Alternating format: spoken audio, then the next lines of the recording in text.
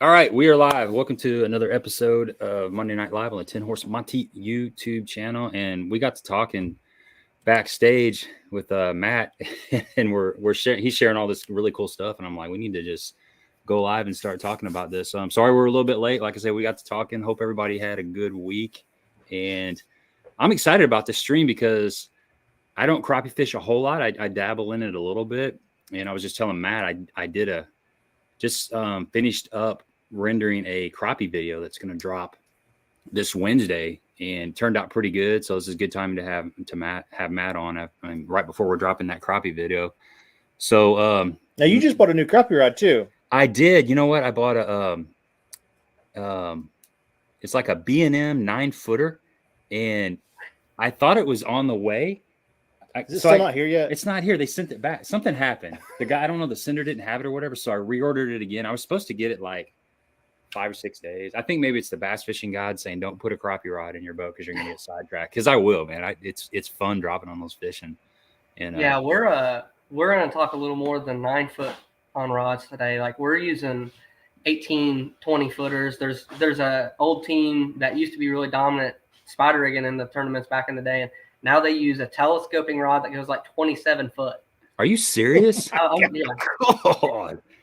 I had no idea. I thought like a 12 or 14 was. Would that be for spider rigging, or are they actually like? No, it's for live scope and chasing them down and putting it on their head, and we'll get into all that. There's a kid that's like basically brung it to the next level, and we'll talk about that kid here in a little bit and everything. We'll go through kind of the developing stages of the tournament fishing and crappie fishing in general involving, and then of course there's a cut and dry tournament side, and then there's a recreational side, and both are fun. I think that just crappie fishing in general though is a lot of fun.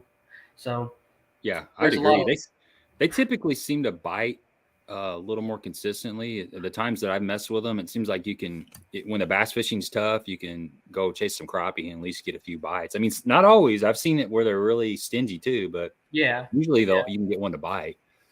Yeah, I get real frustrated catching small ones. Like I'll find a big school, drop on it, and catch like 2 or 3 small ones, and then I'll leave. And then this past winter, a couple weeks ago, I dropped one. I was not catching bass, so I was like, screw it, I'm just gonna drop on these and it was like 5 or 6 fish in. I finally caught one that was like 12 inches. I was like, I just gotta weed through the little ones to get the school to bite. But the water, that was right after the ice came off, and the water temperature was like between 39 and 41 degrees, so it was super cold.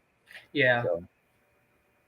I think like clear water and dingy water make a big difference with them too, especially when in the winter months when they're real lethargic.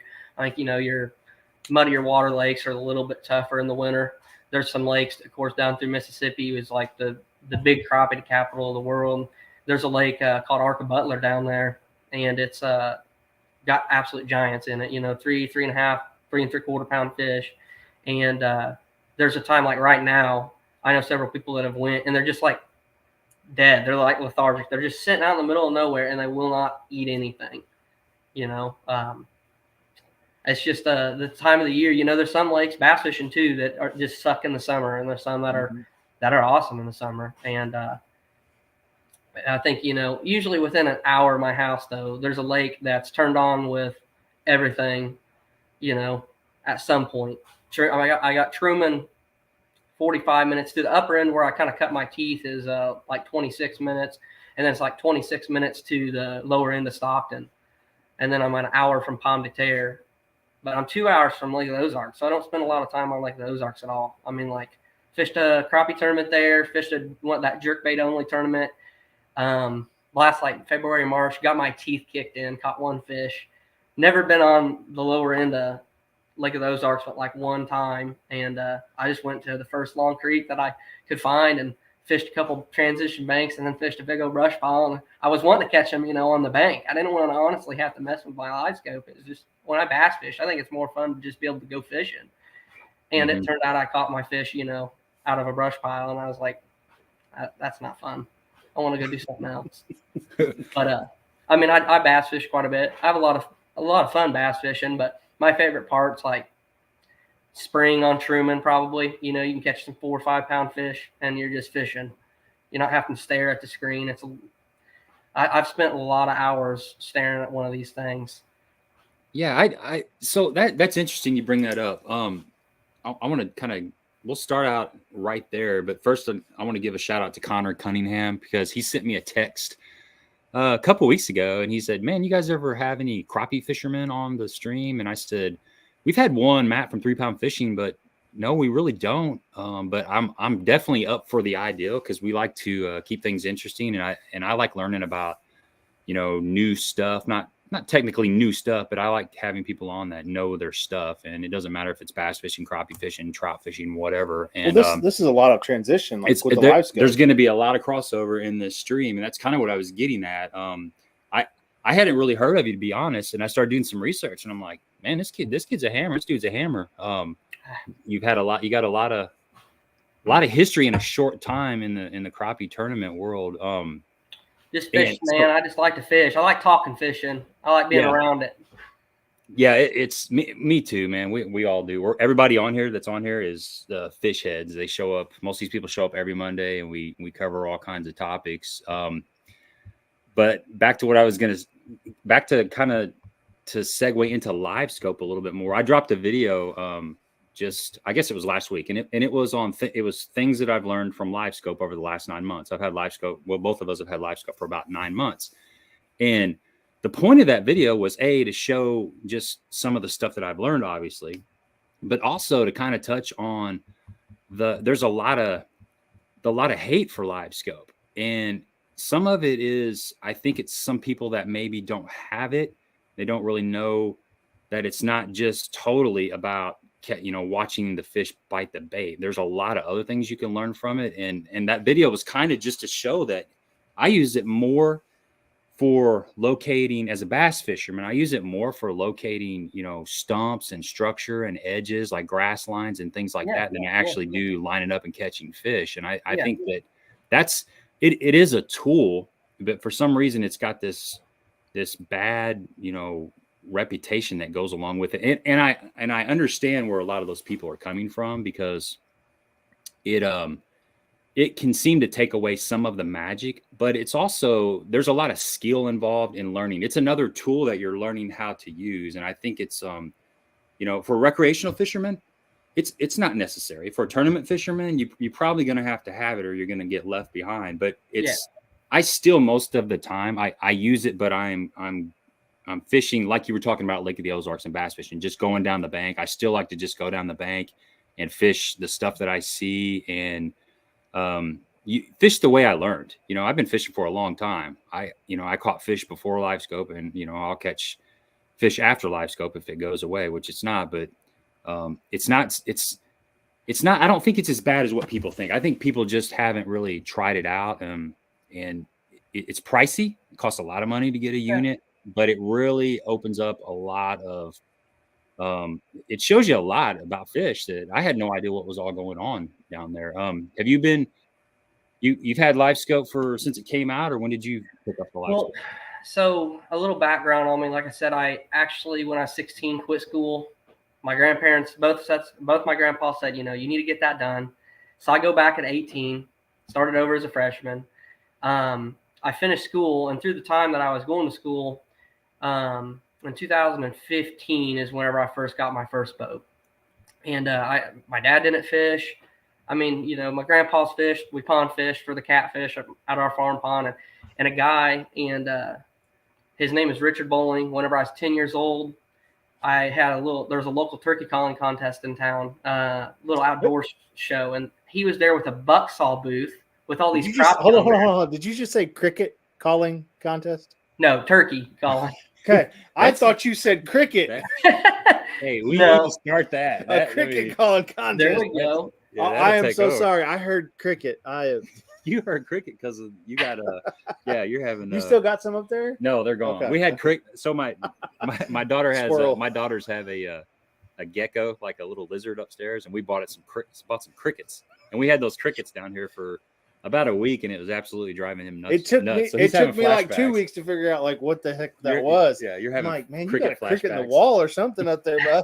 I've got a ton in my shop out here. It's stupid. I don't know where they all come from, but they're Those black they're, crickets took over this They did. fall. I don't yeah, know that's what they are. It might be a common thing. I've never had a shop, so I finally got me a shop and noticed the problem. But hey, I'll deal with some crickets to finally have a shop where I have all my like bait pouring stuff. Just a man room, and I got my shop out there with the boat in it, so it makes it pretty slick. That's a good trade-off for sure. So yeah, I'll deal with some crickets. So turkey calling I'm contest. sorry. I got No, you're fine. No, so Richard Bowling was there with Bucksall Marina, and he was the manager for it, but he also guided, and he had all these crappie pictures laid out. So I just went and started kind of shooting the crap with him, and I was 10. And but I if I remember, I was pretty slick when I was 10 because my dad used to take me to like duck calling contests. I was just competitively calling and all kinds of animal calling contests, and I could slide a call pretty easy with them. Give them a spill about, hey, I love the duck call. I don't have but $60 on me, but and it would be $120 call, and pretty soon they just hand it to me, and I'd walk out of there with a new free call. Yeah. But so I'm swindling with Richard Bowling, and he told me if I go win the turkey calling contest, he'll take me on a fishing trip. And I ended up winning it. I mean, I ran right to him, and he ended up holding up his end of the deal, taking my brother and me and my dad. And I absolutely fell in love with it. And if it wouldn't have been for that moment, I probably would have, I might have never gotten a boat and went and took a long crappie pole out there and just, I held it beside a tree and felt that bite and fell in love with it. So, my hat's off to him. I've said that about every chance I've ever gotten. And I appreciate that, a ton. And so that kind of started the snowball effect. And then I bought a race car, dirt car, whenever I was been like 15, 16. And it just came to the conclusion that I wasn't going to make enough money to make that work. So I ended up trading it off to my uncle for a car that I could sell. I sell it, and I bought a boat, didn't have a motor on it, got a loan out for that, and then it just rolled from there. I went and fished like that next week. I went and fished a tournament. I didn't fish out of my boat, but a guy was nice enough to take me in his, Jared Fosno. He's the manager of the fishing department, I believe, at Everhart Sporting Goods there in Clinton. He took me out. I won a little time slot in a tournament. He gave me $850. I should have gave him half looking back now, but I was being young, I just thought, oh, here's $100. I didn't think nothing about it, but I thought I got, $750, and fuel wasn't that bad then. I had a little boat. So I fished every day for 2 weeks. And that was just a precursor to an addiction, I guess you could say. It kind of kept me. I had some health problems along with being out of school, and I'd get down in the dumps a little bit, and I think fishing is basically what saved me whenever I was a kid from going down a bad path. And so I started fishing a ton, and once I got that first feeling of doing good in a tournament, it was right off the bat. I was definitely just ate up with it, and I ended up just fishing a lot of little stuff, not doing real good. Like I said, I was still trying to use some of the little bit of electronics I had and try to fish like stuff that other people weren't fishing, because I was just like, surely this stuff has to hold the bigger fish, but I didn't have the spider rig and stuff quite then. I had to save up my money, got that stuff. And about the time I did that, a guy from Stockton, Missouri that owns a little crappie pole company called Outlaw told me, he told me that I need to come over with him and go. And I'd ran into him on the river close to my house a couple of times, and he took me out with the Panoptics. And that was whenever I was probably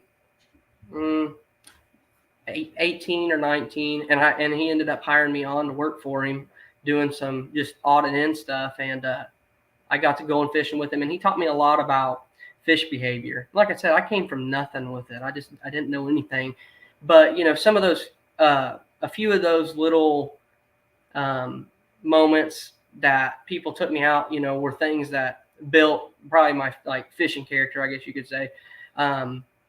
I learned by going myself. They just helped me with some of those little things, like I didn't know where to start with, let's say, the fish and their patterning from the get-go, from what they did in the spring, the winter, and, YouTube. That was a huge thing for me. But there's still the factor where you have to go do it yourself to prove it. And if you don't take something from it and you just go off of what you learned from somebody or heard from somebody, I don't think you develop as an angler for the future. So you can't, you might not think for yourself in the future if you hold on to that information. It's just got to go in the back of your brain and be there, and you built something yourself off of it. There's a ton of things that I listen to a lot of the podcasts, especially bass fishing. They help with a lot of things, maybe some technique stuff, but that doesn't change what you do in your mind when you're off the water and you're thinking about how the fish position themselves. And I think that's that fine line, because we're all human. We're all capable of doing crazy, spectacular things.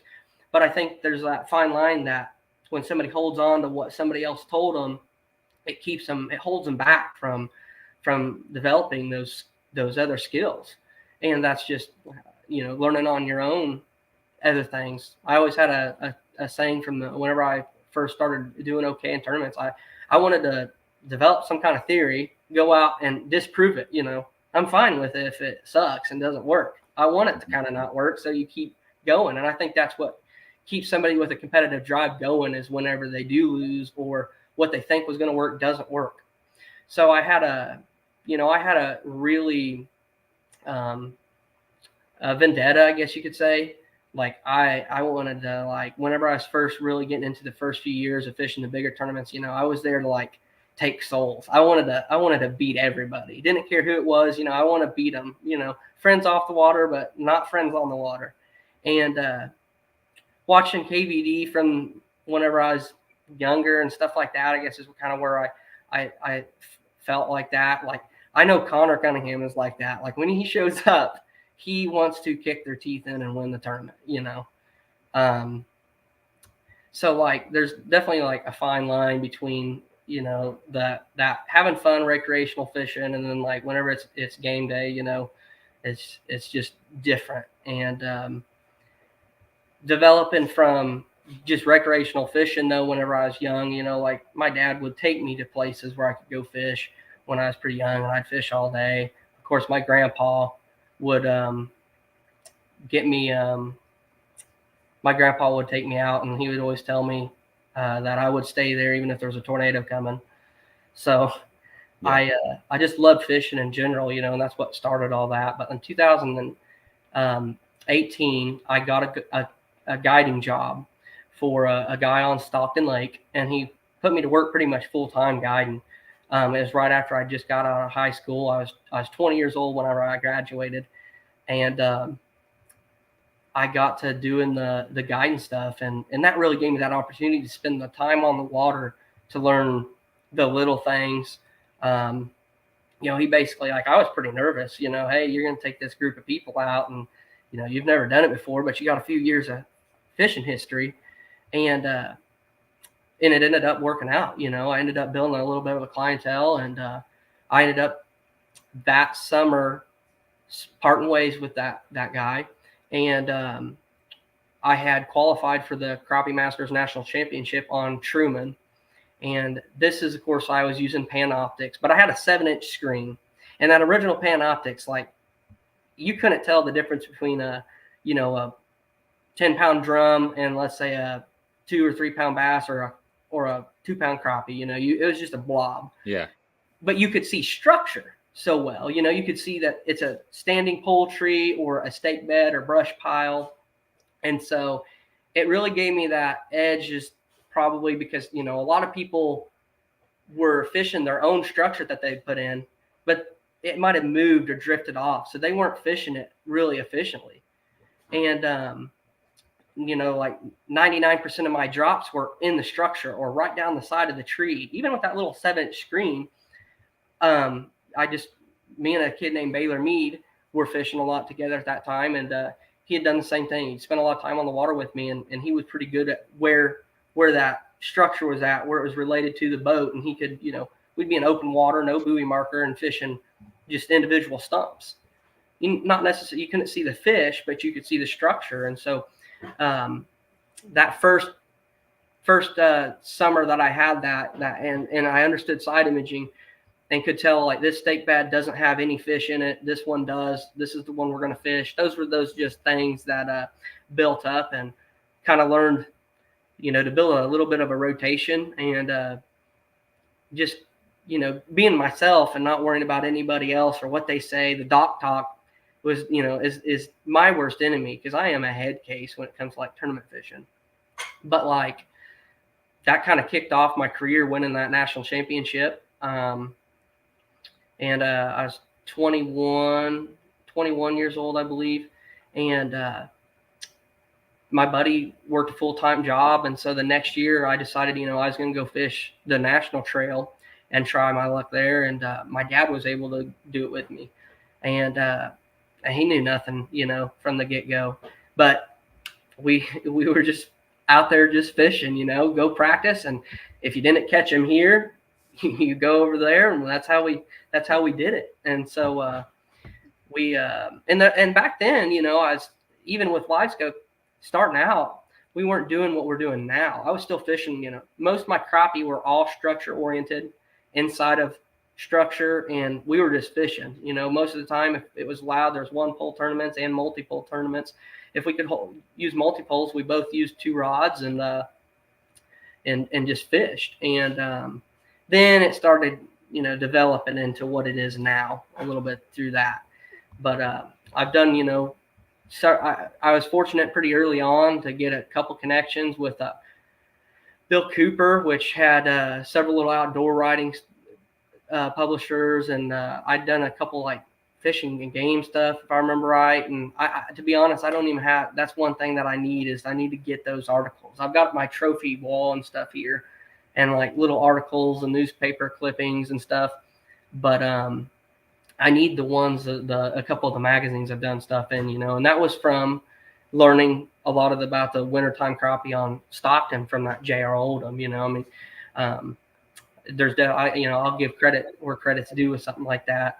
He taught me a lot about those fish, because some of those fish live out in the middle, like right now in the middle of nowhere, in 70, 80 foot of water, 40 foot down. And that guy was doing that before there was any kind of forward facing sonar, and it was just 2D sonar. And I think everybody, they'll get a niche and they kind of run with it. And it just depends, how far, that niche will take you. It depends on what you're willing to learn. And like I said, I've tuned into quite a few of your guys's podcasts. I watch I've watched the one with Brad Jelinek. Like, that was probably 2 years ago, at least, maybe. I don't know if it would have been 2 years. It's been a while. I need to reach back out to him and have him jump on. And then I think you did one with Brock Rinkenmeyer as well. Yep. And so I've always been a student of the game bass fishing too. I love to bass fish. Just, it's hard for me whenever I'm making money from guiding or going to fish a tournament that I have a pretty legitimate shot to win, to go bass fish. And I got 2 kids now and another one on the way. So like the time that I dedicated to learning how to crappie fish was like free. I didn't have no ties to anything, living at home at 20 years old, still going to school, high school, not college. Yeah. So kids change everything, man. It's like you had all this free time and then you got to tighten it up. A couple things that really stand out to me that you said. One was just giving thanks to the people that mentor you as you're learning. That is so important. Those lessons are, they're priceless, because you can learn, what may take you years and years and years, you can learn in just one trip out in a boat with somebody, or a couple trips. And then you can go apply that to your own fishing. You can kind of alter it to fit your styles. And because fishing's a, it's an art form. And another thing you touched on was how, don't be afraid to try different things. There's experiment, get out there. And a lot of times you may stumble upon something that will get you some extra bites. Don't be scared to rig a pork frog upside down on a pig and jig. Don't be scared to turn, you know, a plastic upside down on your bait or your jig head to show, you know, what should be the bottom of the bait is now the top of the bait, vice versa, because those little changes like that can go a long way. And like you said, it's fun to experiment. And if it doesn't work, it doesn't work. You know, it's fun to just see, well, what if it does work? It's like a big experiment. Watching, and just from personally knowing Connor, and then of course whenever you guys have podcasts, of course I watch it with Connor, you know, that's and he hit like on something whenever he fished and won that All-American. He went and did what he enjoys doing, you know. Yep. And won it his style, his way. And I think, you know, to be able to be consistent nationally, of course, you have to develop skills. And you're going to, you know, if you're fishing for limits and trying to fish for points, you're going to have to learn them. But, like, there's always the heavy hitter people that, like, they go fish, and when they use their strengths and they do good, they crush them. And I don't know, I kind of like that more. But, like, I've traveled the trail for several years now, and I know that, like, to get your money back, you got to be consistent, and you might have to fish several ways or places that you don't enjoy fishing. But I definitely admire people from, like, the Ozarks, you know. As a matter of fact, like, there's a guy named John Cruson, and I had the honor of getting to fish with this guy, bass fisherman, and Chet Douthit. And so, you know, I've gotten the opportunity to fish in several bass fishermen's boats that are pretty good. And they are heavy hitters. Like, they go fish their strengths, and, man, when they catch them, they catch them. I've watched that John Cruson, you know, sitting in the back of my boat just whooping my butt, and I'll be, like, trying to look over with a LiveScope or something. And sometimes, you know, a lot of times he just tells me to turn it off when we fish. But he'll be like, get up 15 more feet, and we're not catching anything. I finally moved the boat 15 feet, and then, you know, we start cracking them. And I'm like, you know, it's just time on the water and having your own character about you and being fine with that. You know, I think whenever you're not fine with it is when you, like, fumble a lot, you know, and, like, you have some just terrible finishes, and then you get stuck in the terrible finishes. And when you're fine with yourself and willing to learn, and you're open-minded, but you fish your strengths, and you know whenever it's time to do that, you know, those are the guys that, I guess, you know, you could say make it to the Elite Series and have developed a full career out of it. Yeah, you got to know when you're on the fish to win or to top 10, and then you got to know when you just need to try to cash a check, or just to keep, you know, like the Elite Series you mentioned, everybody's trying to make the Bassmaster Classic, and that's about, you know, finishing in the top in the AOY.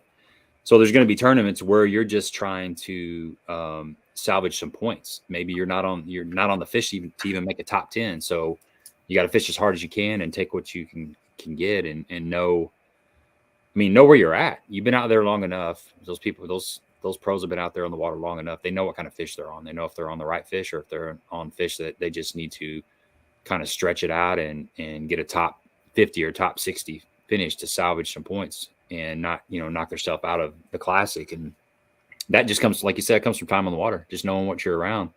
I wanted to touch on all these crazy names for crappie colors. Like, you know, all these baits have like electric chicken, and that's one of my favorite colors of all time. I love electric chicken. That's a great color. But what's some of the craziest colors that you've heard of, you know? The craziest colors. Yeah. I actually got a bunch of stuff because I was wanting to really go into detail on this thing. So I got a few rods. I've got the rigs that I use, tackle. I got a box here of the stuff I just poured today. I poured quite a few crappie baits. Yeah, throw them off, man. So these are some of the ones that I've got on here, just like right now. You know, we've got basically the electric chicken here, like a pink and chartreuse. And this is the bait that I pour. I'm sponsored. I'm probably going to be exclusive with Jinko, and I'll use some of my baits too. But and I use, you know, profile is a big thing to me. I'm a big color guy. Like whenever I won the Classic, I was pouring my own baits, and I think that was the whole thing. Like there was a big confidence boost in me at that point because I was pouring my own baits. I'd found a style that I really liked, and I was coming up with colors that probably wouldn't have made a difference. But man, in my mind, I thought they were like the game changers, the world. They made a difference in the world at that time to me when I was fishing with them. And I can remember I caught the big fish of the tournament on a blue and chartreuse, and it was like close to the other ones that I'd used, but I put some flake in it that I thought was better. That didn't make a difference. Now I've seen them on LiveScope and learned more about their behaviors, but like these are just a few of the colors that I have on here, but I mean they get way wilder. I have several other ones, like big old bags of stuff here that I was going to show. And that's the thing about I'll get this one. This one's gonna this one in my mind will be a killer, but it might just be because it looks good to me. Yeah. But lots of different profiles. I think that's the bigger thing. And now we're running into what I think's happened with bass fishing over the years, and now crappie fishing. So the style we're doing now, we're getting out and targeting crappie that have never been messed with besides spider riggers. 8 poles, 2 minnows, big old heavyweight. And of course I did that, and I have no problem with it. But I grew up kind of, my career starting off, I was fishing Truman with standing timber, and I just wanted to be able to fish the visible trees for the most part and go down the side of them and get whacked on that fall. And the same thing as shooting docks. You're waiting for the line to snap. And so whenever I started off doing that, that was the funner thing to me. But I definitely spider rig, but I never went and tried spider rigging out in those other lakes competitively. I did it a lot guiding, and I felt like I was quick to pick up on things that the fish were doing and changing. But if you think about, of course, I didn't get to see it in the era where, like, let's say a buzzbait came out. The fish were like all over it probably. They had never seen it, and then they became conditioned to it. Mm-hmm. Now the crappie are starting to get conditioned to it. It's been out long enough. A lot of people have gotten it. They're starting to learn it. And a big thing with now, it's a little more obtainable to the LiveScope haters. Hey, it's getting down in like that $700 range. Not that that's still a lot of money, but it's come down from $1,500. It's cutting price. You can go get a used one now pretty cheap. And then they can see for themselves how tough it really is. How much hand and eye coordination it takes on top of figuring out the fish. But the one thing about crappie fishing is that they typically suspend, and you can just go out through a pocket anywhere and find them. But that's still a different game when it comes to like catching big crappie. And we're talking, 2 to 3 pounders. I fished a tournament on Grenada, Mississippi, and the dude that won had 44 pounds. So 22 pounds 2 days in a row. Actually like 22 and a half, and then 22 even the next day. Is that 5 fish, 7 fish? 7. 7. But so to like... It's pretty solid. That's impressive. It's pretty solid. So to do something like that, you can't just jump out in the middle of the lake. The lake is a flood control lake. So it'll be like right now where the fish get caught is dry, completely dry. And it comes up, and they have travel corridors. And, I've studied a lot of maps on that place, and understand like when the water raises, they jump up on top of these little flats. Even if it was 3 foot of water, they just feel comfortable there because the water's raising. And then whenever it starts pulling any boy, they just dump right back off into the little ditches and channels, sloughs. There's definitely, another, the scientific side, I guess you could say, to olive fishing. And that's kind of how my brain's always worked. I have to have a reason they're there. I have to have a reason to go fish it. Whenever I bass fish, especially like pomme de terre, I love fishing it, especially in the spring. I've never done good tournament fishing it. I suck in tournaments there, but they're very structure oriented. So, if there's a log lay down on the bank, I'm running across the lake, maybe 2 miles just to go fish that one spot. Then I might turn around and leave and go fish another spot like that. And that's always been my favorite thing, is and that's the fun part of tournament fishing too, is when you're running down the lake and you're those deciding factors. I've always felt like a spot in particular is what makes me go somewhere. And so pattern lakes, I kind of struggle sometimes with versus a spot oriented lake.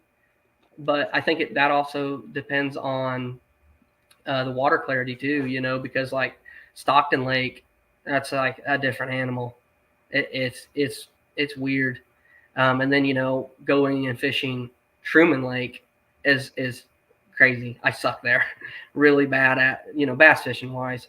And I think it's a lot that I just haven't put that time in to learn. And, a lot of those guys that you're fishing against that are consistently catching over 15 pounds, they're spending a lot of time there currently, or, they've been there for 30 plus years. I think Truman's is a spot lake, because there's so much of the same stuff. So yeah, once you get maybe the depth dialed in, which they're usually shallow, but I think there's definitely little areas that the fish use. I mean, I've seen it. I have only fished Truman a few times, but we fished a BFL there last year, and you would fish a lot of the same stuff. I don't want to say miles, but you'd fish several hundred yards, maybe 1,000 yards of stuff. Even jump from one pocket to the next pocket to the next pocket, and all of a sudden you'd hit a little stretch and you'd get a bunch of bites, and then there's a lot of dead water. And everything looked the same along the way. It looks very, very similar. Now it's not my lake, so maybe I was missing something, but I really don't think I was. The depth was pretty consistent. The cover was consistent. I remember one time I fished it with Roger Fitzpatrick, and the lake was high, and the fish were in a certain type of treetop. I've watched this video. Yeah, they were really in a certain type of treetop. It was like a willow or something. I can't remember what it was, but sure enough, once we started figuring that out, you could get a bite on almost every one of those. And it wasn't a real common treetop. It was, one out of 1,000. But when you ran across it, you're like, I'm probably going to get a bite in So you know what that reminds me of? What? I don't know if you remember this. This was, we were a lot younger. I had a lot more hair. Both of us did. We were fishing Duck Creek. Yeah. Remember when we were on the wrapped tree pattern? The ones with the metal band around them? So the snakes can't get up in? It's not. I don't know if it's the snakes or the. Yeah, that's so snakes can't crawl up. I thought it was for the beavers. So the beavers. Oh, maybe it is. On. Well, anyway, there's like a metal wrapped around trees. Cypress trees. Yeah. And every one of them that we came up to, you'd flip had up a fish there. on it. It had a fish on it, and you'd go like 20 trees, not a bite. You flip to that one, boom, you catch a fish. Have no idea why. I mean, I've seen it on that lake where if you've got a cypress tree with three trunks coming out of it, they'll be on the 3 trunk pattern. Right. For what they wouldn't be on the singles or the doubles. They were on the 3 just trunk weird pattern. Stuff. I don't know why, but maybe confidence too. Yeah. Well, that's what I was just going to say. So of course that was bass fishing when I was talking about Truman. Those guys that have put that time in and understand it. They're freaking really good. Mm-hmm. But like crappie fishing back in the day, you'd see 3 stobs sticking up, and of course that you think is the thickest cover there, and you go fish it. Now I've learned a lot with LiveScope, like those trees that I thought were three trees close together all the way to the bottom were really just a tree that came up and split and had branches off of it, and there was nothing down there. It's probably just that confidence, like you said. You imagine a fish is there, and it just makes you fish better. Yeah. What about, you touched on spider rigging just slightly. When would you what's an advantage of spider rigging, and how does that compare to LiveScope? Like, when would you use spider rigging over LiveScope? What's the differences in the two techniques? Well, now, I just want to never do it. Besides in Florida. In Florida, there's some, the fish stay on the bottom, and so they're really hard to see. And you can spider rig, and they'll see it, and they'll shoot up off the bottom. The water's, tannet colored, and they come up and see it, and they'll eat it. I know that because I watched the guys next to me, kick my teeth in there. I was just trying to LiveScope. That was in 2019. I tried to go down there, and that was when I was trying to fish nationally. And I realized it's just because, LiveScope's taken over doesn't mean it's fully taken over. There's still places that get won. Last year, the guys who won that specific tournament on the St. Johns River, beat everybody by, I don't know, maybe a little over a pound, and they didn't have any electronics on their boat, and they were using like cane poles. That's Nice. awesome. Old school. Yeah. I mean, and it's cool. I like the fact that happens. And I mean, the top 10 people were long lining and just jigging lily pads. And there was like 2 or 3 that were live scoping. But that tournament kicks off like this coming weekend or next weekend. And there's a good chance, to get one spider rigging down there. But around here, most of the lakes that we go to tournament fishing wise are white crappie lakes.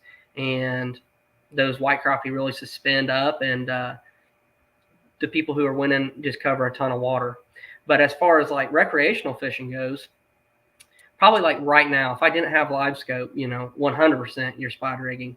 Once they get a little more structure oriented in like the heat of the summer, specifically on Truman Lake, they really adhere to the wood, and you can just go fish trees, because they're sticking up out of the water. But a lot of the trees have deteriorated. So now we're running into a time, I think bass fishing as well, especially on Truman specifically, where if you don't have the electronics, the trees are also gone. And so you don't have anything to fish. You're really out of luck whenever there's nothing that you can visually see. Yeah. But I also think that's why, let's say Truman Lake in the last few years, I know several of the people and talk about, the patterns and stuff with them. The bass are a lot more tournaments get one running down banks than they used to get one offshore, and let's say offshore, we're talking about flipping trees, even out in 50 foot of water, 30 foot of water, fish that were suspended, because all the limbs that used to stick off have deteriorated and fell off. So those fish don't have anything to sit on. It's just old trees. And we're going to run through that. All these lakes in the country are cycling like that. We're at the end of a lot of their lifespans. There's lakes in Kansas that I fish. Kansas has some giant crappie in it. One of the lakes was supposed to be like last 50 years, and we're like 72 years into it. And like the main lake is 3 foot deep, and then you'll get into a creek. And for some reason that creek isn't silted in. There's 14 foot of water in there. But the main part of it, you're going across there, it's 3 foot deep, and there's logs washed in everywhere. I just think we're at the end of a lot of the lake's life cycles. And so the electronics kind of unlock the lake a little bit. You almost have to have them on some of those lakes. Because if you took, for crappie fishing specifically, if you took the electronics away and took, you just gave yourself let's say a paper map, and you couldn't side scan and throw a buoy marker out, those lakes are really, really tough to fish without standing timber in them. And I think that's why, you see the long rods. I mean, it's technique oriented with crappie fishing. They adhere so tight to structure. And so they slowly started developing longer rods to get your boat away from the tree so you could reach different trees. And it's just that technique. Or in the spring when they're on cypress root balls up Real Foot Lake, some of the lakes in Mississippi that have cypress trees, so you can jig the cypress trees and keep the boat away from them. Yeah. I see or grass too, Right. grass. Oh, yeah.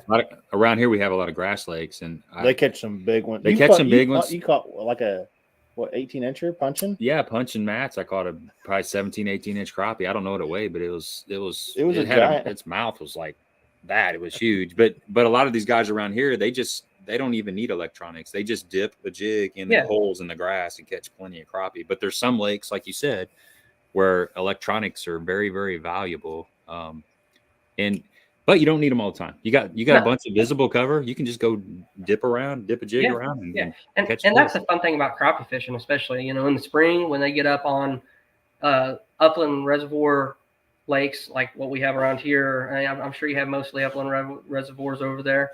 Besides Cape Girardeau, I don't know if you fish oxbows and stuff off the river. But There's a few around here.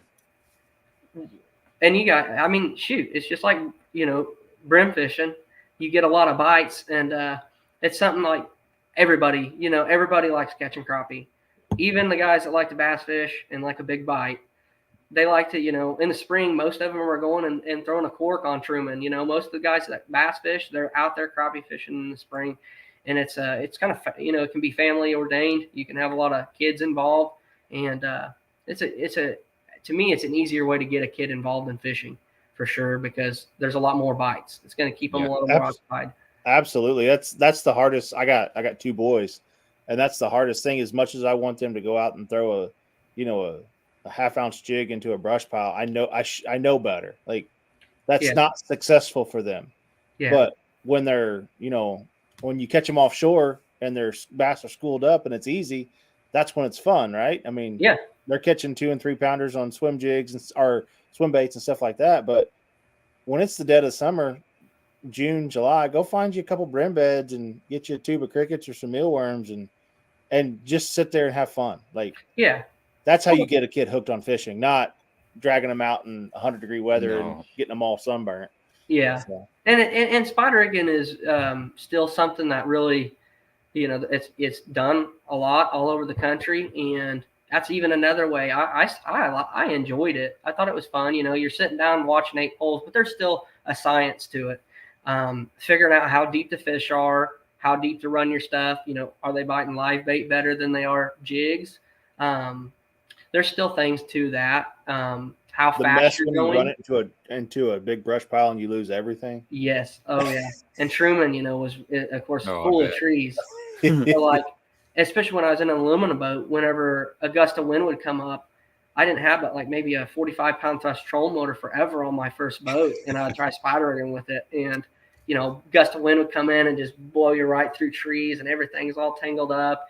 I spider rigged on palm to tear a little bit. I remember from the early on, and I remember hooking into a walleye, and it was like a 9-pounder. Just went from the right rod and just went through them all.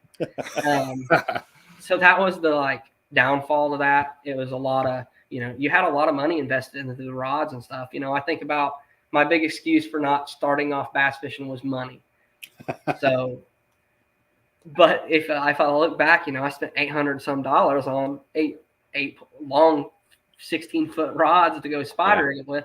I could have definitely bought, I could have been balling on a budget, I guess you could say, with with some stuff. And I did for a long time, starting off with the bass fishing.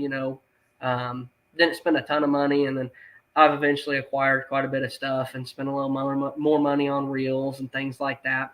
And that's the awesome thing about crappie fishing. It can be as cheap as you want to make it, and it can be expensive if you want to make it that way. But it's you go to Walmart and spend $7,500 and get everything you need for 3 springs. Yep, right. That's right. What's your Ron wants to know, what's your favorite way to catch crappie? Probably vertical jigging for sure. Straight up and down. If I had to say, my true favorite way would be pre-LiveScope, because it's hard to say that I don't like it now because it's fun. But pre-LiveScope with my dad, just fishing, holding a rod, just vertical fishing, casting wise. I mean, I casted, of course, as a kid all the time, in river and creeks and cuts where there was eddies and a little bit of slack water, stuff like that, but and I enjoy doing that. That's a lot of fun too. But definitely just vertical jigging, before LiveScope though, because it was like totally surprised whenever you catch one. Here's a good question from Cody. He says, I'd like to hear Matt break down Truman a bit, how the different tributaries fish, flats versus other lake structure. I fish Truman and Lake of the Ozarks pretty heavy. Amazing how different they are to fish. Yeah. So I can run, that's the stuff, I enjoy this kind of stuff a lot. So Truman Lake, and let's say crappie oriented, there's only a handful of lakes that I've fished tournaments on across the country that you could go see. You could see the dam and still catch, giant crappie, or even, pound and a quarter plus, depending on the lake. Which one is Darbone, Louisiana, and then the other one is Grenada, Mississippi. Tournament wise, there's there's a lot of the lakes that do have big fish in them, but tournament oriented, Truman Lake, you always go to for crappie tournaments, you go to the dingiest, muddiest water, and that's where you start. I believe the kid who won Wally Marshall's tournament this year was fishing, in that's crystal clear water. he was fishing way up the James River and found the dingiest water he could find. And that's where he found those crappie pulled out and suspended. Because whenever there's cleaner water and there's light penetration, it puts them towards structure, puts them against wood. And they might be even harder to find. Stockton Lake, they sometimes orient themselves to rock. I mean, whenever I was guiding there a lot, I would catch them on just little rock breaks and just happen to see them on my down imaging and see that there were just crappie scattered along the bottom there, along the rock. But back to Truman, you know, going into the flattest part of the lake is usually like one of my first things that I do. Whenever I fished a tournament on Lake of the Ozarks, I fished the upper end of the Osage. I fished from Turkey Creek all the way down to Rainy Creek. And that was that stretch. And it got one right outside of Rainy Creek in like a little tiny cut. I didn't go into that little cut. I had the fish on to win it out of actually Turkey and Coal Camp Creek. But what had happened on that tournament was literally while we were there, those fish were moving up to spawn. The water temperature was just breaking into like 57, 58, and then it hit 60. And they really push in and spawn at like, 58 to 63 degrees. And the fish I found literally spawned out in that upper end because that water warmed up faster than that lower end where it was deeper and bigger. And, this is the year that I finally got out and went, and that's the first time I'd been on Lake of the Ozarks. I learned a ton from that tournament. But I was still fishing my strength, the upper end, flat stuff that's really flat.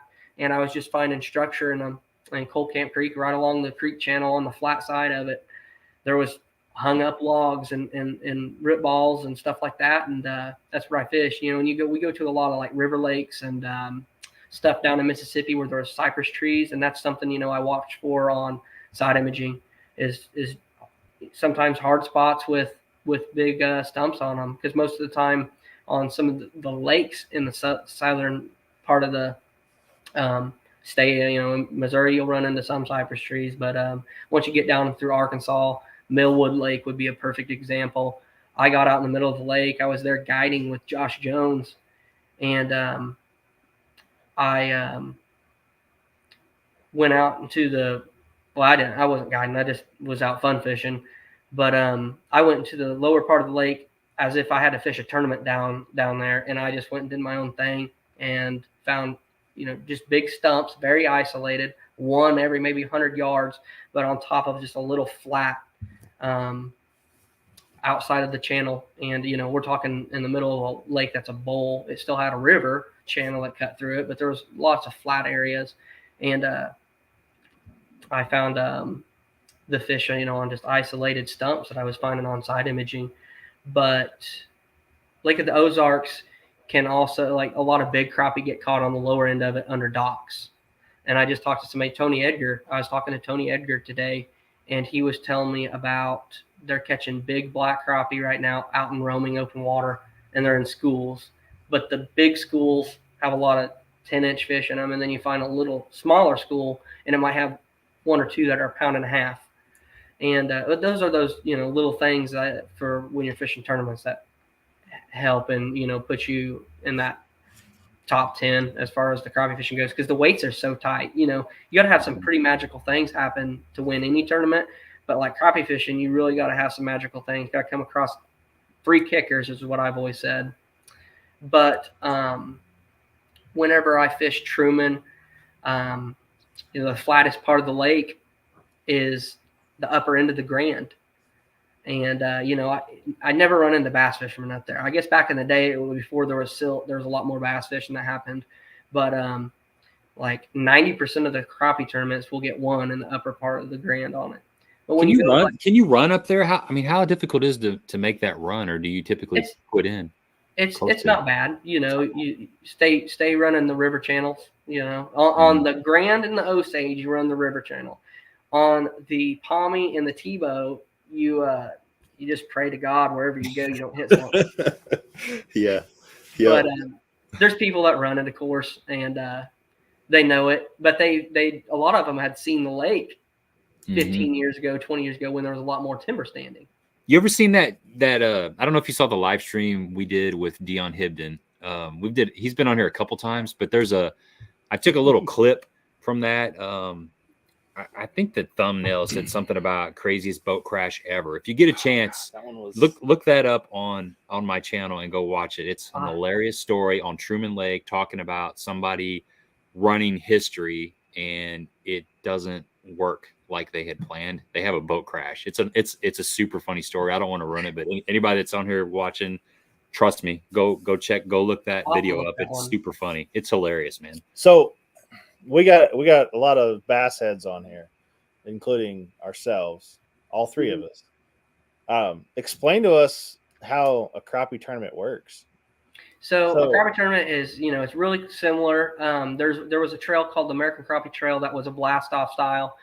The Crappie Masters, you can trailer, because most of the time, I mean, typically the tournament crappie live in one area of the lake.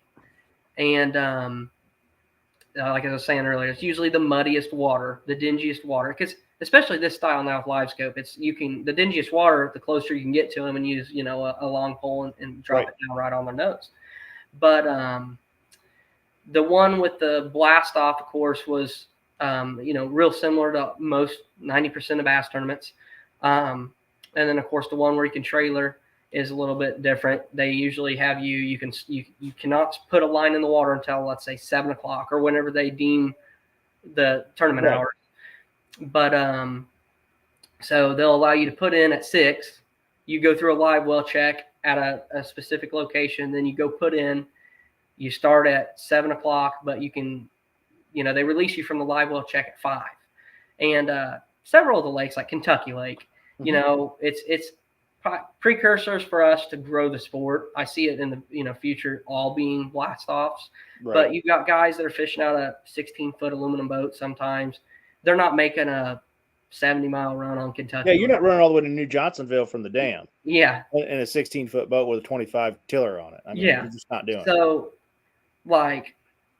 that's kind of where the Crappie Masters is ordained with it, and they specifically, it's, you take polygraphs, it's the full 9 yards, but you catch 7 fish. Okay. You weigh in your best 7 fish at the end of the day, and then you're totaling 14 win a 2-day tournament. They used to have a lot of 1-day keep them alive.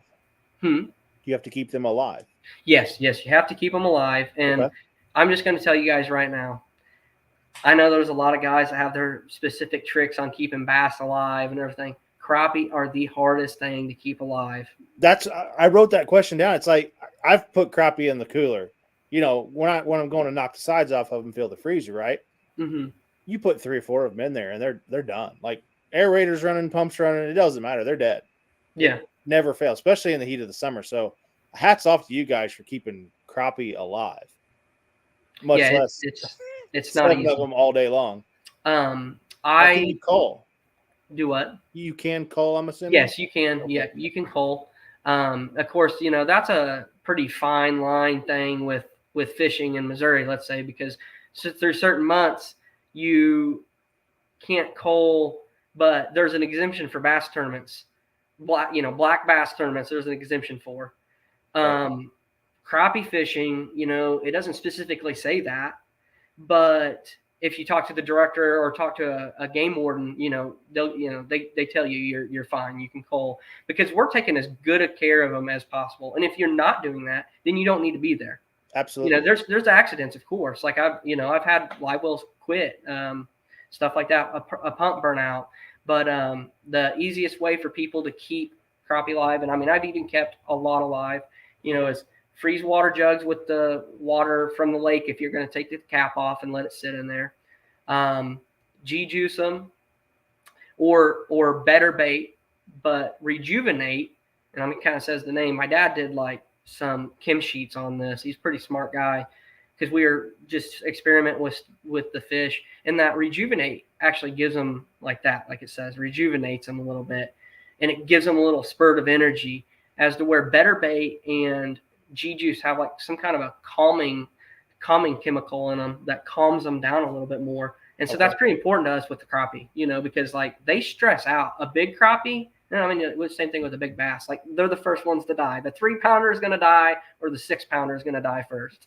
Right. And Well, Gabe So- calls that stuff Jesus in a bottle. So No, yeah. yeah. I call Jesus- it liquid Jesus. liquid Jesus. Yeah, I'm sorry, liquid liquid Jesus. Jesus. Jesus. Yeah. That It's is brought the fish name back for it. from the dead in the live world. I've It seen it is. happen. It's amazing stuff. So You know, can you guys use live bait in tournaments? So there's a new elite series that we're doing that you can't. It's all artificial only. But before, you could use live bait. So that's Okay. like the big separation in blowing crappie fishing onto the next level, I believe, is some of that stuff. One, you spend $100 and you've got everything you need. That's an issue. I mean, it's what it is. It is what it is. And I don't think that's going to change. We can come into the market with higher end rods, stuff like that. But tackle wise, your Albertine hook, a split shot, and some 6-pound Berkeley big game or 8-pound Berkeley big game, can catch fish everywhere in the country. So like there's a fine line with taking crappie fishing into the next level, I believe. And that's one of the inhibitors is that we fish with live bait, and you'd be silly not to use it in a tournament if you're fishing for money, if you can use it, and they're biting that. But this new elite series, I think it's the opportunity we have at pushing it to the next level. Coverage is really hard on crappie fishing. Most people want to see what we're looking at on LiveScope, and you see it. Once you've seen it 4 or 5 times, though, it's kind of like, it's not as fun and exciting as the first year of it or first few months you've seen it. So there's got to be there's a new format coming on the American Crappie Trail, like the MLF format, where you're catching as many as possible. I think that kind of could be exciting for people to see people catching a whole bunch of fish as fast as possible. Cow, that's crazy. I can imagine that. You get on the right couple schools, and it's going to be all day. I mean, I feel sorry for the weighmaster. He's going to be covered. His thumbs are going to be wore out. Well, and I've had it work, even with this, of course, the 7-fish tournaments where my dad, as we started to learn and develop with the crappie fishing and started going after isolated fish out in open water, or even close to the structure where they're moving in and out of it, he quit using the rod and just got backed away because it was like you might get tangled up pitching at the same fish, and efficiency wise, it just it wasn't logical to and I honestly hate that. Like it kind of sucks that, now he's in the back, but he loves it. He wants to be there to support me, but like I've had him where I remember I won a tournament on Truman Lake in 2020, and we started on a spot, and it was kind of neat for me because I started on the same, like a couple 100 yards away from Richard Bowling. We were fishing the same tree row, going up and down it, and it was kind of ironic, just that's one of the tree rows he had took me to whenever I was actually 10 years old, that area anyway, and start next to him on the morning of a tournament. But I had my dad so busy with fish. I mean, we probably caught 60, 70 fish that day, and the first 10 minutes of it, I'd caught a 2-pounder and had like 3 or 4 pound and a halfers in the boat. So is every crappie tournament 2 people? Most of them, Okay. they had a pro crappie trail for a little bit where there'd be one person, and that's going to be the next step too. Making it where it's one person on the front of the boat.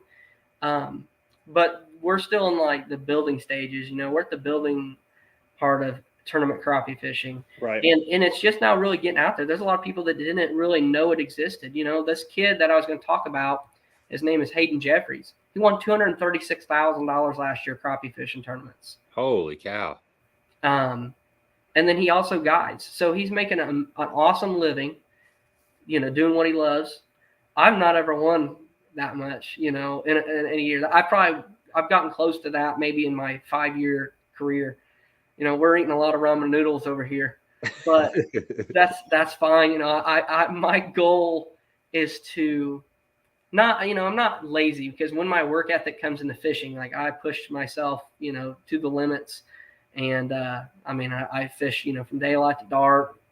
But you got a family too. Manual labor, I think I'd rather just make enough money that I can go fishing, and then come back home and wait till the next time I go fishing. Yeah, I understand that, man. I don't want to go to work. I just want to fish. Yeah, You know? I know, man. I feel you, dude. That's right. That sounds really, really nice. We got a bunch of questions, so I'm gonna Yeah, through go some of for these it. questions. Dan wants to know, what are your live scope settings? And then another question is, do you think you could still do well in a tournament without the live scope? Well, heck, he just said those guys won down in Yeah, St. John's Yeah, without yeah. live scope. I mean, I think so. I think you can for sure. So I think it's going to go, that's going to go back to your roots. You're going to have to probably be on a lake that fits, my strengths, which was single pole jig fishing. There's still like the my science side of it where I'm trying to think of what the fish are doing, why they're there. There's still obviously a sixth sense that you have to have developed to win tournaments in general, I believe. Consistently. If you consistently win tournaments, whether you have live scope or not, I think that there is a sixth sense that you have to have developed to pick up on what the fish are doing, why they're doing it, why they're in a specific place. But no, it'd be really hard. I think that it would really level the playing field, and then it's going to be off of, you got to pick the right area to start. And if you don't, you have to figure out at some point in the day, how to break that bad rotation where you're just hitting spots that they're not biting. You can't see whether they're there or not on a spot. Mm-hmm. It's more time consuming, of course. If you're spider rigging, you got to set up all the stuff. So there's still, of course, luck factor in winning, but it'd be really tough. I'd have to probably be on a very familiar body of water. But I think that's the big separation with, crappie and bass fishing. There is an unlimited number of techniques, basically, bass fishing. And crappie fishing, there's mainly two now, as far as with live scope goes. And live scope's probably not going anywhere. I really don't think it will. It's going to, maybe there'll be some more limit restrictions with crappie, on your creel limit, how many you can have, size you can have.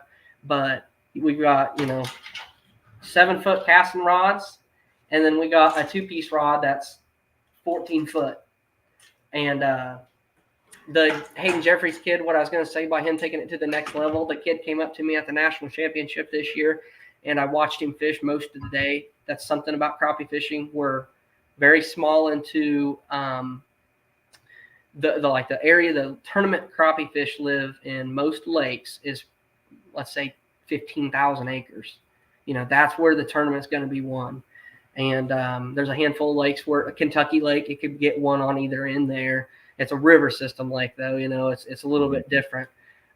There's several places that still can be won on either end, but most of them are going to be won in a very small vicinity, and you can see most of everybody. So I watched this Hayden Jeffries fish, and he probably covered, 15 miles of water. Literally, he has trolling motors on the back of his boat. He's got it's a silent stalker. It's like a heavy duty tarp that they put on the front of their boats. They did this spider rigging back in the day to quiet it down. He's done everything he can possibly do, pushed it to the limit, and, amplified everything that like me and Josh Jones were doing in the early stages of the live sonar with the live scope with crappie fishing.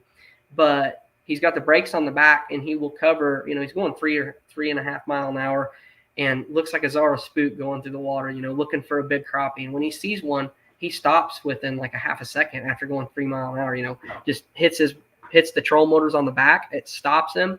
He stays looking at it. And his first drop on the fish is right on their nose. He's just extremely accurate.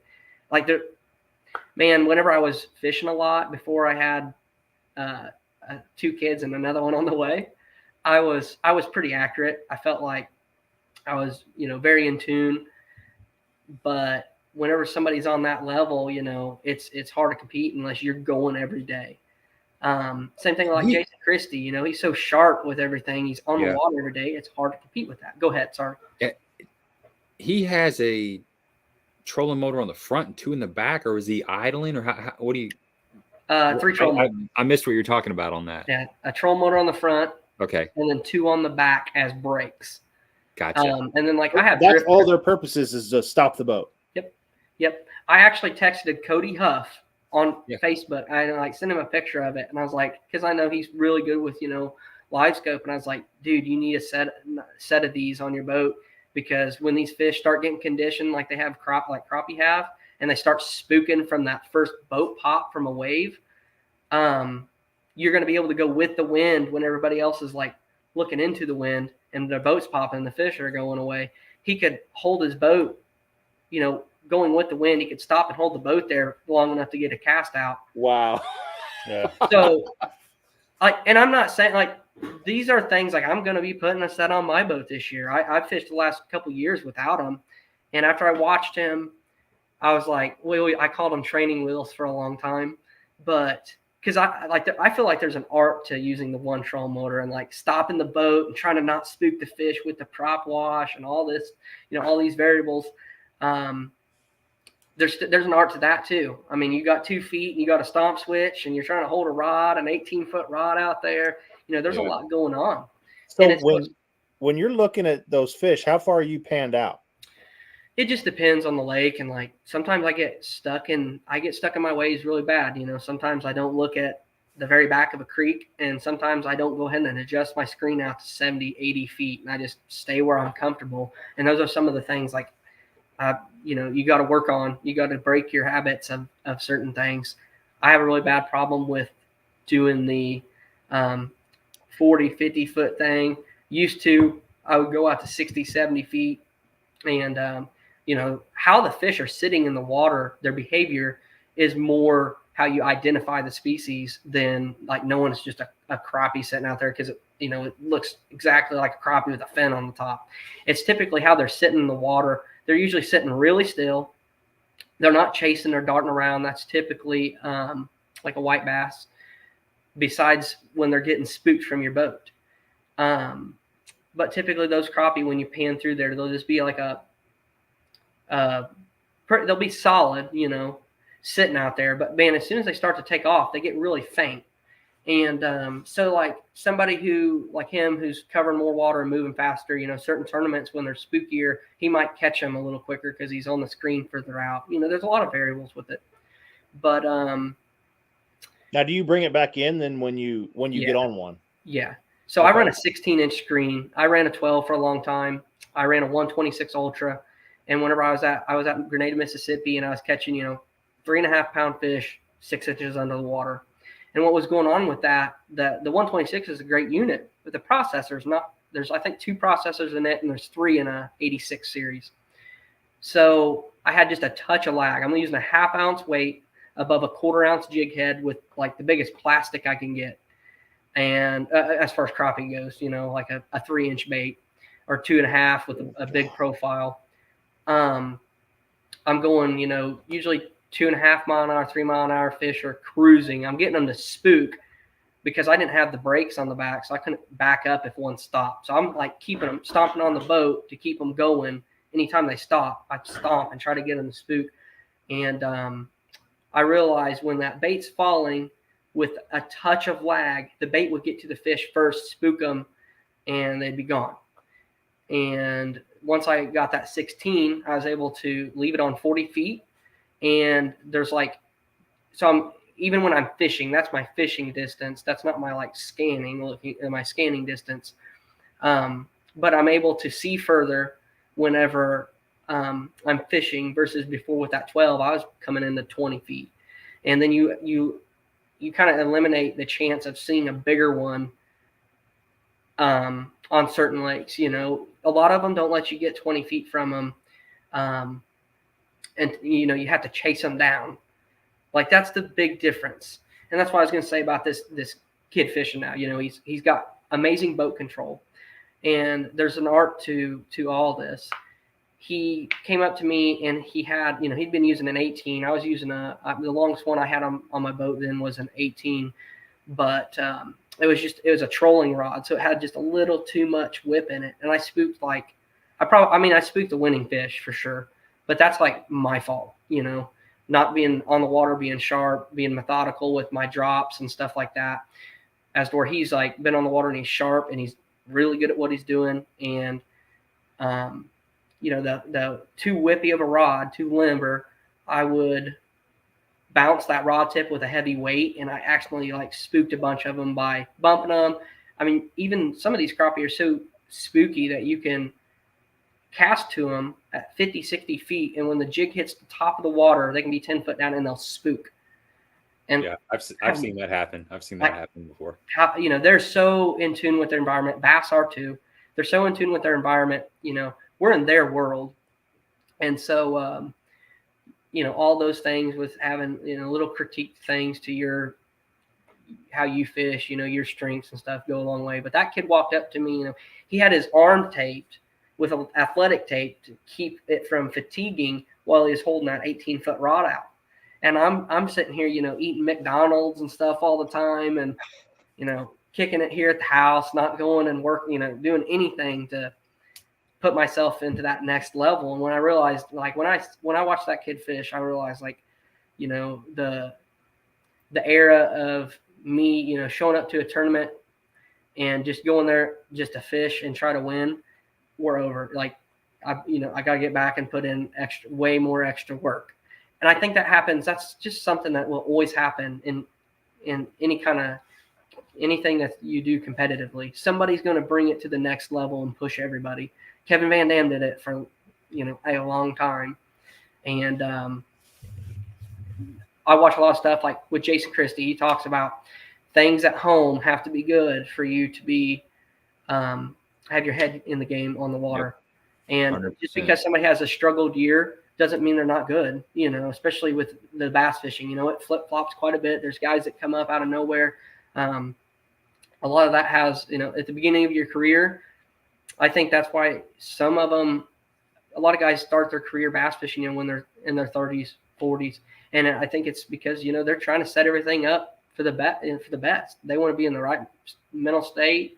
They want to have, you know, finances, you know, ready.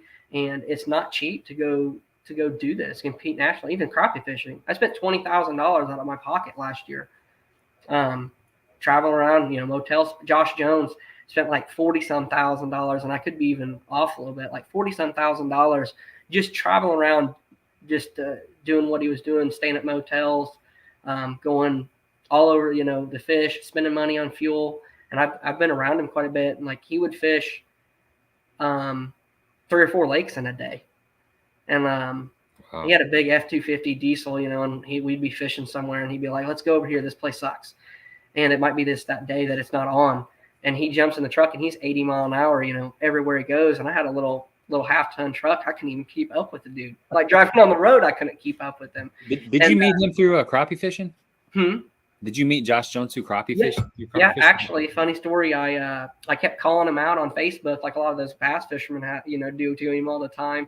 I kept calling him out, you know, saying, "Come on, you know, if you can catch him like you say you can, let's see it." And he showed up, and the first tournament he fished, I beat him. I was in 9th on day 1, come back, won it on day 2, and I can't remember what I beat him by.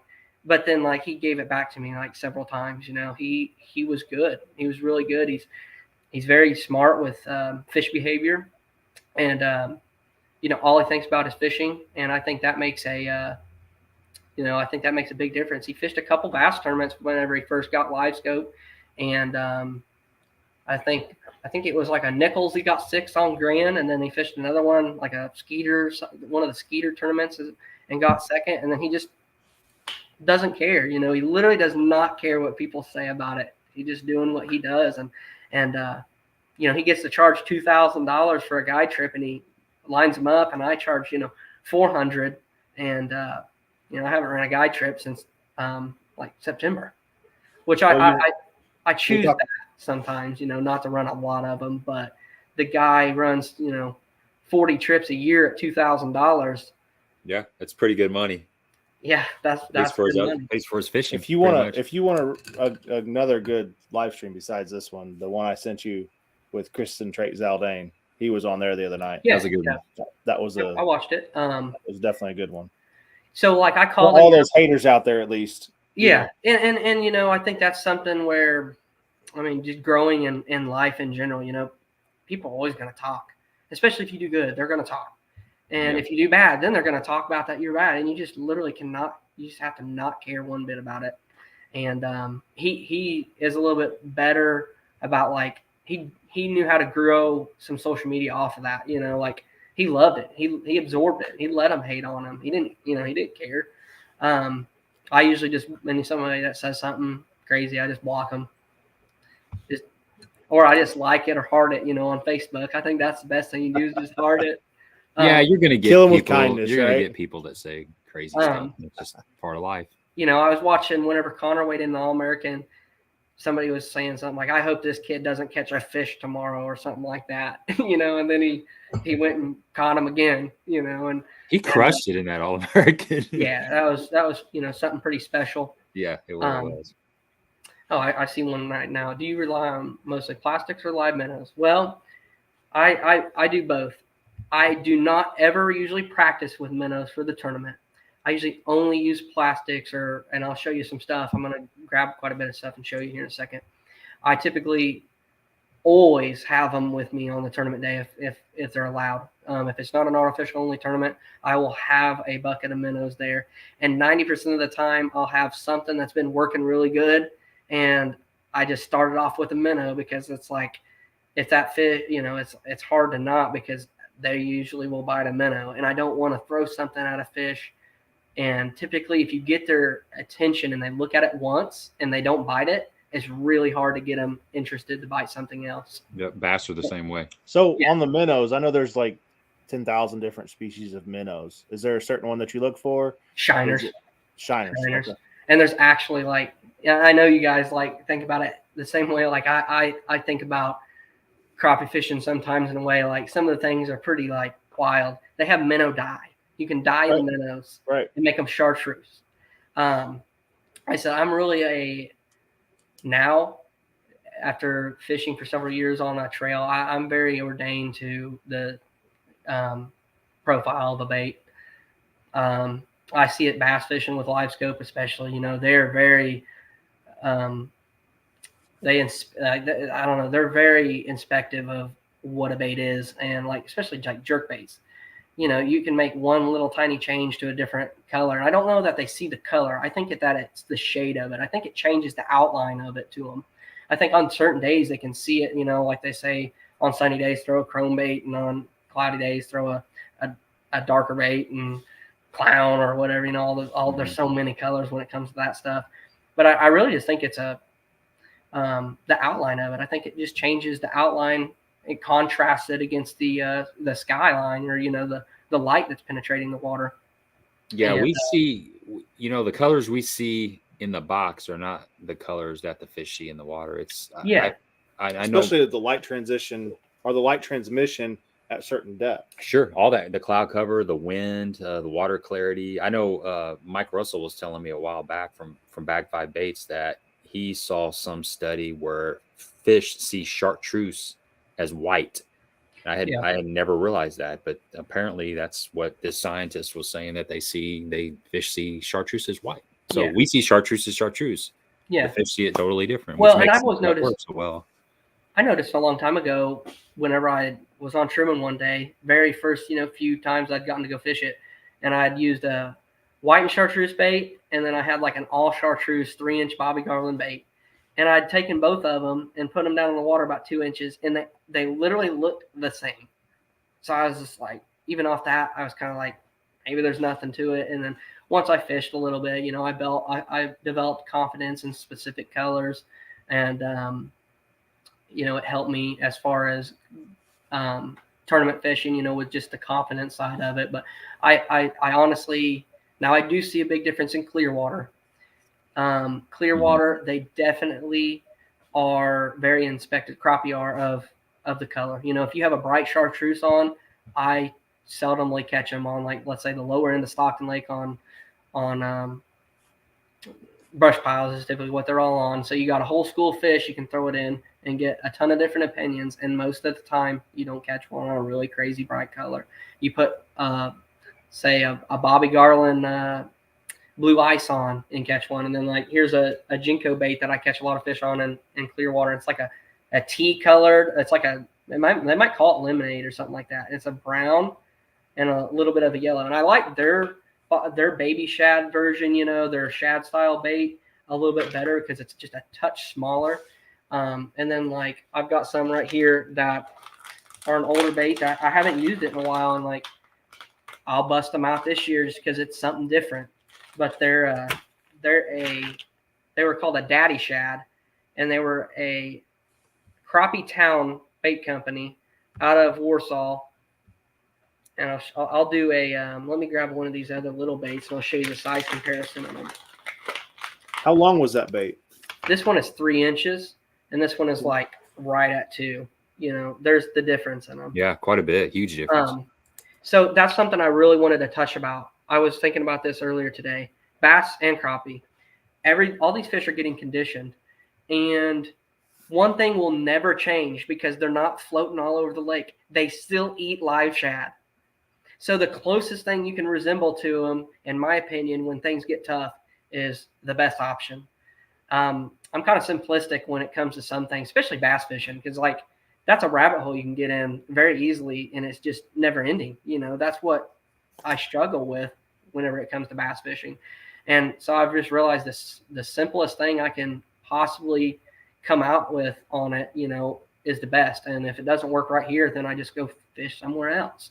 Crappie fishing, though, can be kind of different depending on some of the lakes, because the area can be everything, and you can just be in there at the wrong time. Of course, that's bass fishing as well, but most, like a bass tournament on Truman, could get one at the dam and could get one up the rivers, and a crappie tournament on it.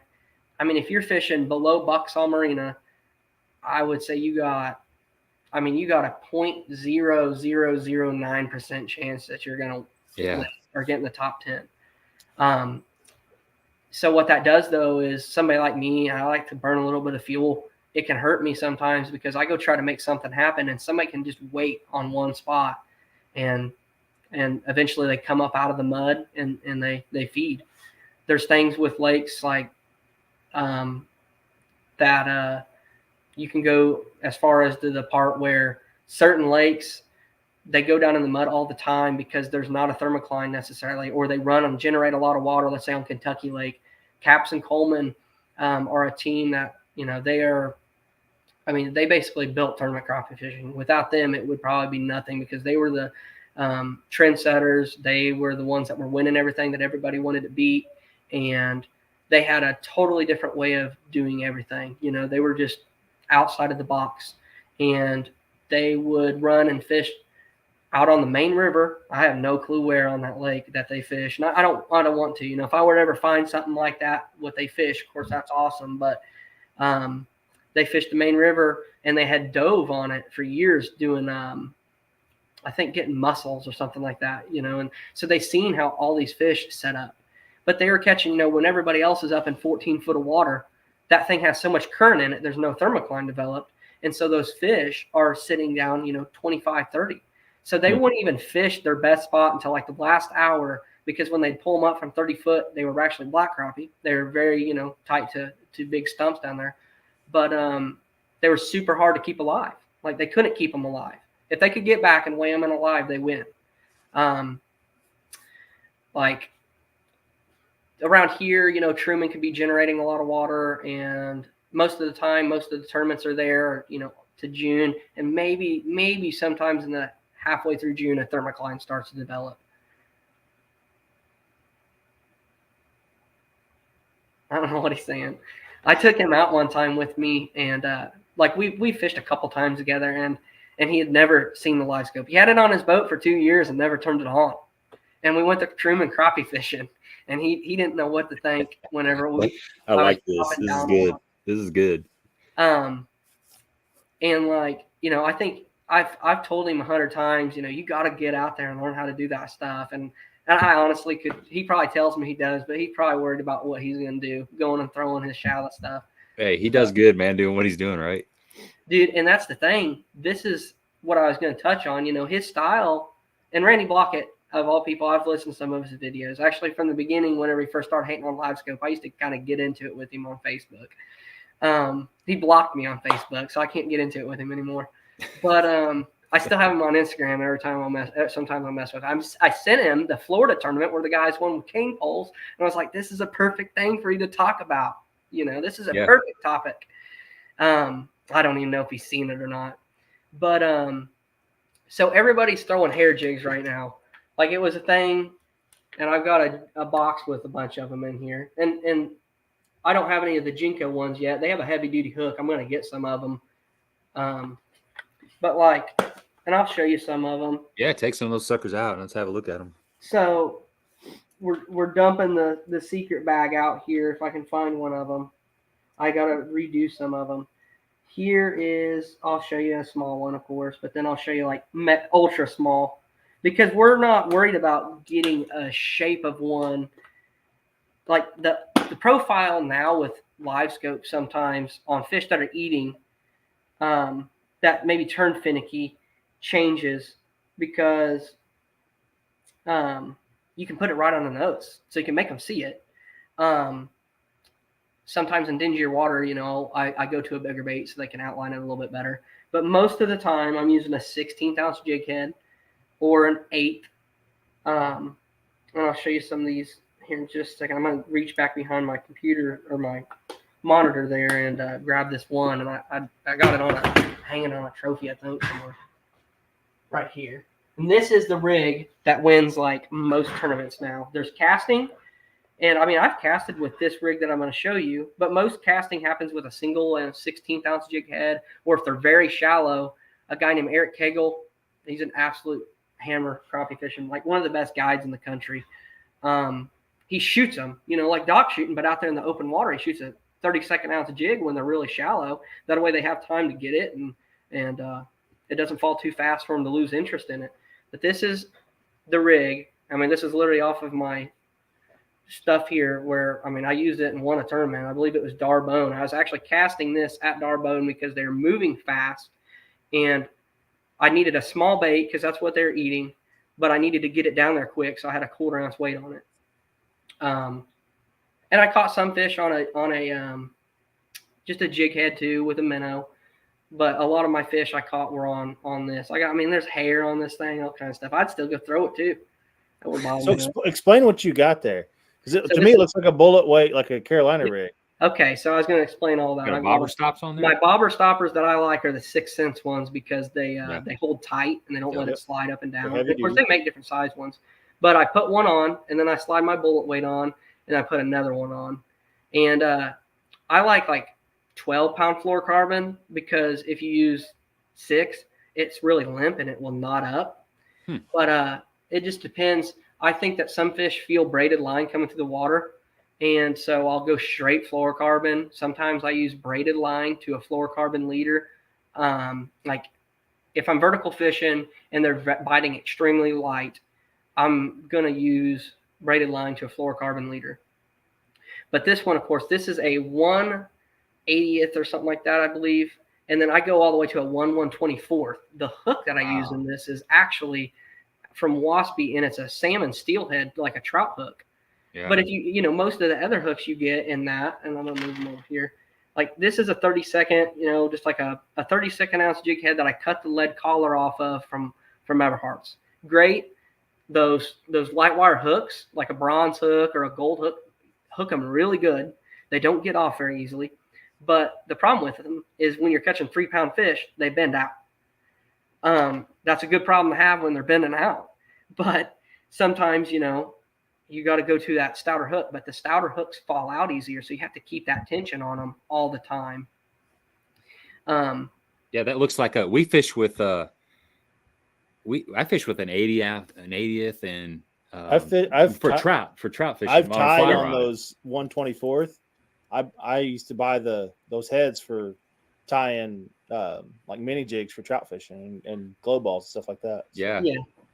I seen Stephanie Slayton said something about that setup is what she uses so she can with a light wire hook probably so she can bend it out of the brush. Yeah. And that's something so like I do that. There's times when they're biting real finicky and they're black crappie, which their mouth is smaller, and I like a little bit smaller bait, a lighter weight. I'll use a lighter wire hook so it doesn't bend out and a smaller bait. And then I'm retying a lot of the time though. Anytime I get hung up and might pull on it, I might cut it off and retie a new one. So there's just no chance that I've bent it back and forth and it's going to snap. That's tournament fishing though. Recreational, I never worry about that, but it could hurt you on the fish of a lifetime. So what's the difference in there's been a couple comments about black crappie and I can't remember who it was up there. Anyway, Jim Cunningham. No, it was somebody else up Maybe there. Reagan. Yeah, Reagan. I think it was. But anyway, she was saying that they're more docile or maybe harder to get to bite.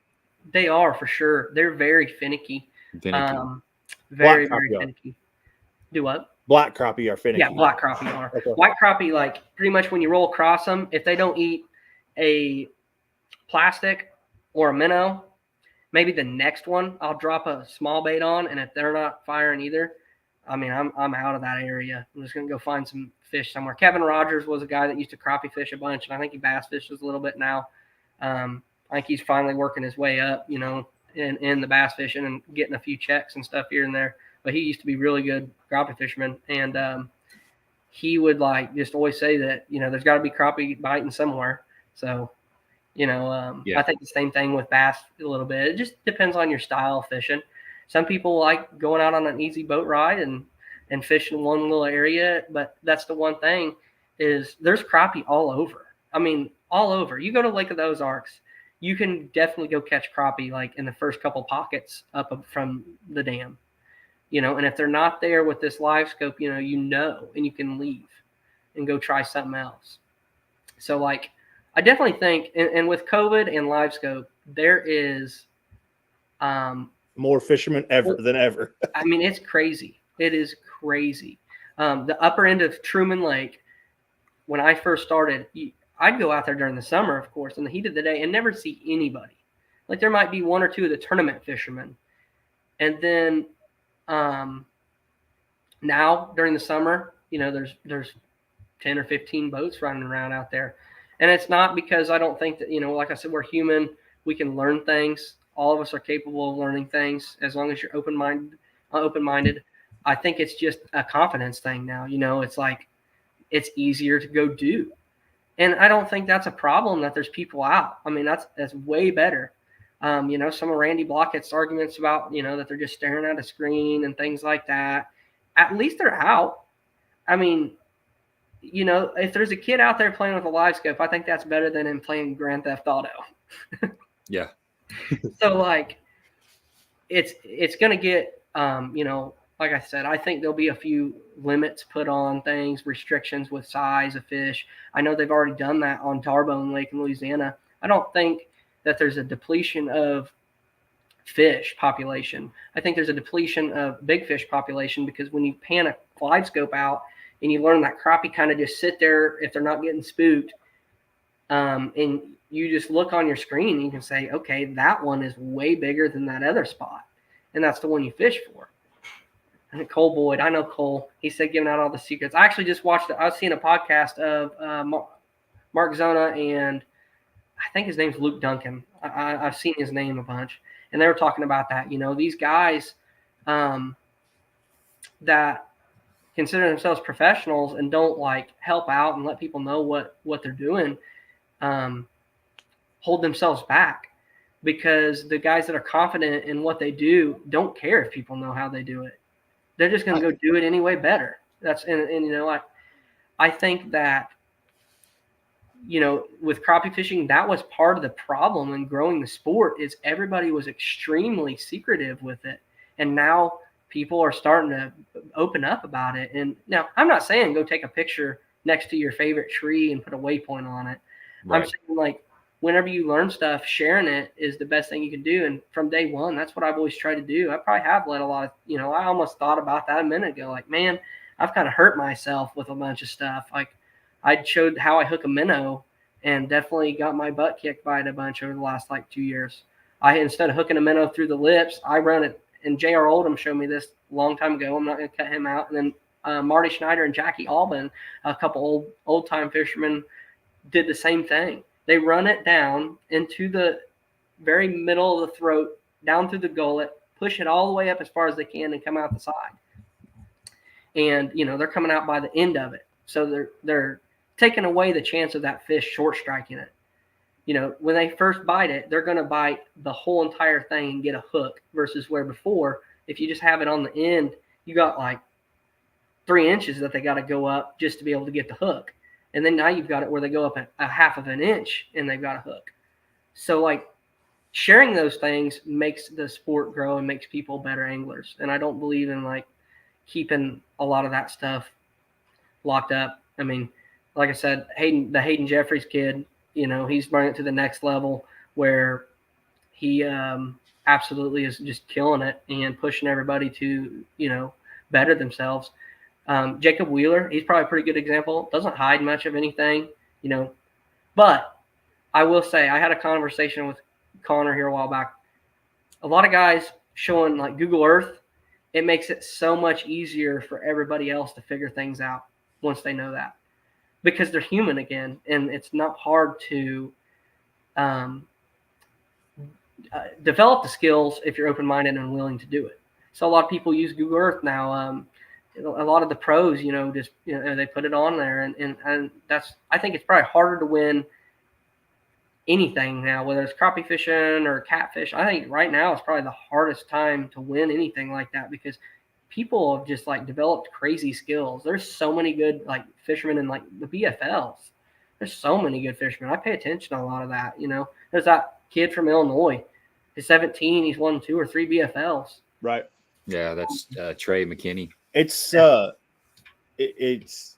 wish both of us would have known what we know now 20 years ago and had the technology 20 years ago to see where we would be at today in our skills. Because like you said, so many kids coming up now, kids, I say kids, like but 10, 12-year-old, you know, but anybody that's just getting into fishing, whether you're 12 or you're 52, doesn't matter. There's so much more information out there today than there was back when, well, I mean, I'm a little bit younger than you, but back when we all started, it was Bassmaster Magazine. It was TNT on Saturday mornings. It was, that's how we learn things. Well, even like specifically my YouTube channel, I show a lot of lakes in Southern Illinois. A lot of these lakes are small lakes.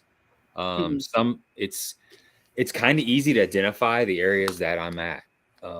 Just because it's a limited, the lake's not that big. So just my little channel over here, somebody can watch it and kind of get a feel for the lake and figure out where I'm at, and they can hit those spots. So you take that times nationwide people that are creating content, not just on the water stuff, but the tips and techniques and all the little nitty gritty rabbit hole stuff. And if you really pay attention, you really go out and try all that stuff, you can grow. The learning curve is cut. Well, you know, he was talking about the Zona Luke Duncan show. I don't know if you listened to that entire podcast the other day. Yeah, I did. But Zona was out on lake up north, and that guy, he said he saw a guy on the juice. Like it took him 2 or 3 years to find it, or and something. he took 2 or 3 years to research and find it. And when he pulled up, he's like, "I found it, didn't I?" Yeah. Like, yeah, you did. Like, that sucks, but people are watching. People are always watching. They're lining up landmarks, but, you know, and they're doing the research. It was Uncle Ron that said it best. Is like,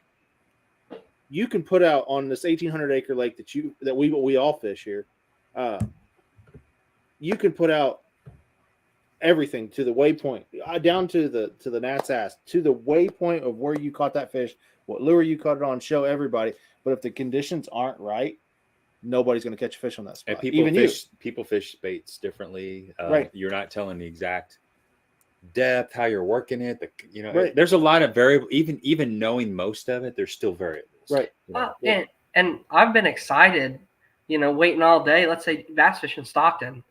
I've been excited through a tournament day, like all day. You know, come by and there'll be somebody there, and then like. One, either I have something in my mind that I think it's going to work, you know, because it's a certain area where I think it's going to turn on, or it's just something that I'm throwing I think's different, and it might not be. But I've had several times where finally they're gone, and I'm just like stoked to get to go fish the spot, and I catch a good fish. Mm-hmm. Well, how many times have you pulled up on a spot, saw somebody fishing at bass tournament, crappie tournament, and you look at them and you go, they're fishing it wrong. I know I can catch them if I go over there. You sit there and you watch them fish it. They're not set up on it right. They're not set up right. They're not catching anything. They leave, you come in there and you smoke them. And I mean, I've had guys where I've been off of the bank enough where people will cut between me and the bank. Still thought it was like, yeah, that's kind of questionable that you're going to cut between me and the bank. But they fish down that stretch past me, but they're just missing they're going over the top of the juice instead of. Well, like timing is right. Timing is critical in fishing. It doesn't matter the species of fish. Timing is so critical. I fished a tournament Sunday with Ron, and we fished down this bank and caught a few fish. And as we're like 100 yards down that bank, we look back, a boat pulls in and fishes that same stretch. It was the juice spot. And we kept on going, and there were multiple boats that fish that stretch. I think we came back. We came back to that spot. We went and fished a couple of areas, came back, and within 5 minutes, I caught probably maybe a 7 or 8 pound striper, which didn't count. It was a bass tournament. But then my very next cast, I caught a 4+ pound bass. Really? After multiple boats had went down there. Yeah. Those fish had just pulled up. That same podcast, they talked about that. Like watching it from the other side, watching it from the live side of things in a tournament coverage. Oh, yeah. How many times that somebody catches a fish off of a certain tree, the third dock in the back of a bay or what have you. It would be neat to set your camera up on the bank and film how many people come down a certain stretch. Yep. Yeah. Just that area. The same way you did with a similar bait throughout the day. You were talking in a tournament day. And you were talking about a couple strategies from tournaments is running a lot of water or sitting on a spot and waiting for the fish to move up. Yeah. We fish a lot of Wednesday nighters in the summertime, and they're 4-hour tournaments. You don't have much time, but there's people that will just pick one area. They'll pick one main lake point, and they'll spend 4 hours fishing that point in hopes that those fish will move up, because it's an area that big fish move up on, but you just got to wait them out because, and maybe they won't show up like the tournament. Yeah. I've had a tournament before where I caught some really good fish off this island 3 days prior to the tournament. And I knew they were using like tournament winning fish. I knew they were using this point. So we started there. We were just going to fish there the whole day or the whole evening. The tournament starts at 5. It gets over at 9 5 to 9. So we're sitting there. They're not biting. It's like 7 o'clock. All of a sudden I'm seeing these fish. This is pre-LiveScope. I'm seeing these fish on downscan moving up. They're working their way towards the point. The shad kind of starts showing up. The bass kind of starts showing up, but they're stuck underneath my boat. They will not move up on top of that structure to where they'll bite. So they're just kind of spinning and on the bottom, and they're not up in that feeding spot. And they just kind of never made it up there, and we ran out of time. Now I know good and well that as soon as we left, we could have came back and probably caught those suckers. But I don't know if it was the boat keeping them from doing their thing that they were going to do. Well, you talk about like it's a timing thing. Timing in it. Where was the moon phase at? Because you talk about the bite windows and the moon phases, and whether it's underfoot or overhead or underfoot. There's lots of things that play into that. Mm-hmm. Whether the pressure was wrong, the boat presence, when the bait wasn't set up right. I mean, they're opportunistic feeders. They're not going to, especially in the dead heat of summer, they're not going to chase a bait down for a mile to eat it. They want to pick them off. They just know those big fish are smart. They've been on the water. They've been swimming around for 4, 5, 6 years. They've seen a lot of boats. So let's talk about your setup again. And I want to get back to this. This is kind of selfish of me, but what is your go-to setup for vertical jigging? Seeing them out there at 40, you brought them into 15 or 20 feet. Now you're dropping on them. What's your number one setup for that? Our top 3 setups for that? Probably top 3 would be the same weight system, like that, but with a 16th. Mm-hmm. And there's different hairstyles when it comes to like hair jigs. Like there's marabou, there's hackle, and then there's also bucktail. Bucktail stays stiff, doesn't absorb water. So it doesn't, it's going to distort more water when you move it. It's going to vibrate more, and they can find it better in dirty water. But like that's more of like to me, a dead of winter thing where it's real still, not moving a ton. And like this is that stuff, that rabbit hole you can get in, how far you want to take it. This is a hackle. which is just like a little feather. And it, whenever it absorbs water, it gets tiny. You know, if I twisted it up, it'd probably get close to resemble how tiny it'll get. You know, I'm talking like it just mats together. And I use that like when they're a little more finicky. But I'll start off with usually a 16th with either the marabou or the hackle or a plastic. But like typically, how heavy is that weight above there? I'm sorry, how heavy is that weight? That is a quarter. Okay, tungsten. Quarter typically is about as fast as I go for the most part until I go to Grenada, Mississippi, where the fish are literally running, 2 mile an hour, and I'm having to keep that weight pushed out, pushing it forward to let that bait drift back and just be right over their noses. They're swimming, and like they won't bite it for a little bit. You might take 30 seconds that you've got it right on their nose and they're not biting it, and then finally they fire off and they'll just smoke it. I thought I seen somebody say something about, fish that are staying on brush piles and are they the same size normally together? Yeah, most of the time fish that are together are the same size. Even on that lake in the spring when they're kind of scattering out,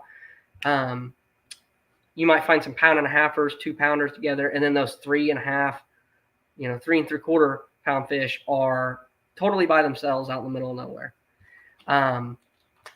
I think the same thing kind of sometimes with bass. When you catch a big one, it's just in the middle of nowhere. And there's still something to it, though.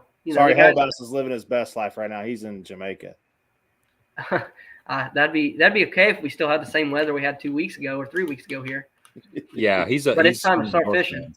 But everything up where he's at is frozen. So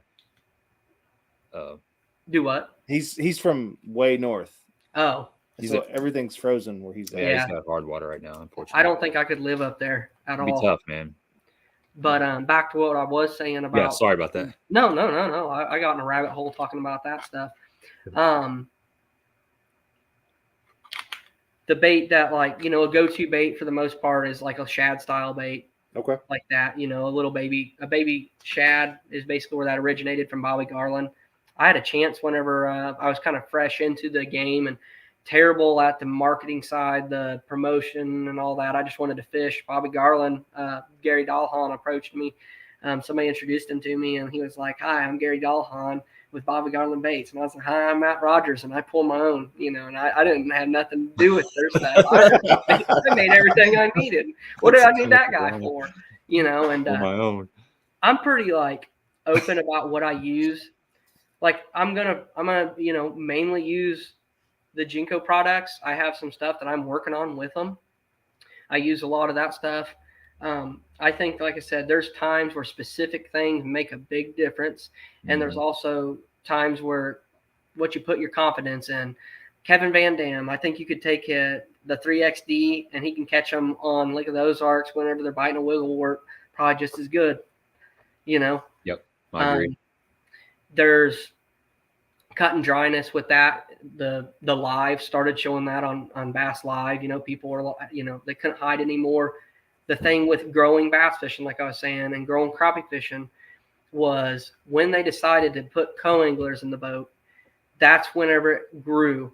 And it's because I believe they couldn't hide anything. And they're not going to hide it to not win. They're going to go throw what they need to go throw to win. Mm-hmm. So people were seeing what they really do. You guys fish the BFLs, about it. You get co-anglers and you can't, if you co-angle, you can't, sit there and watch somebody not go try to win the tournament. They're going to try to win.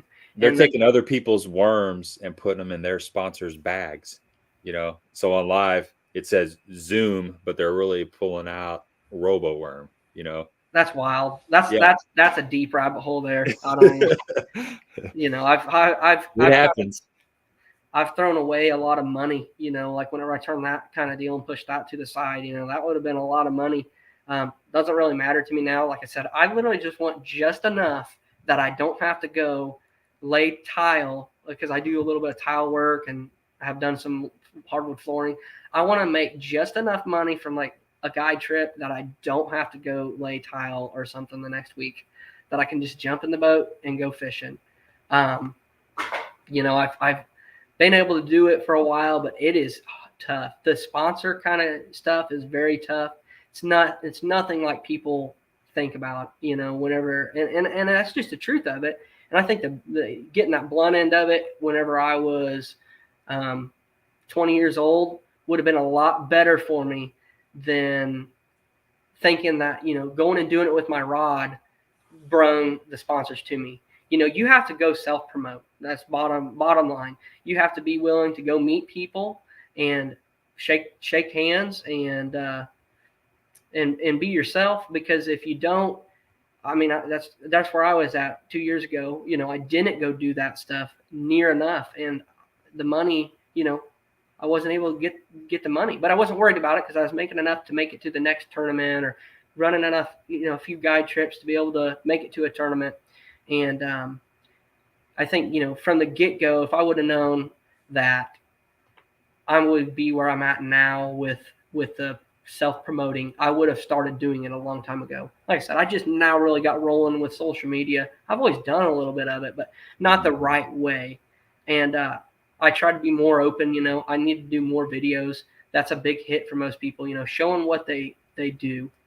People are always very interested in what you're throwing. And that was going to bring me earlier to a point.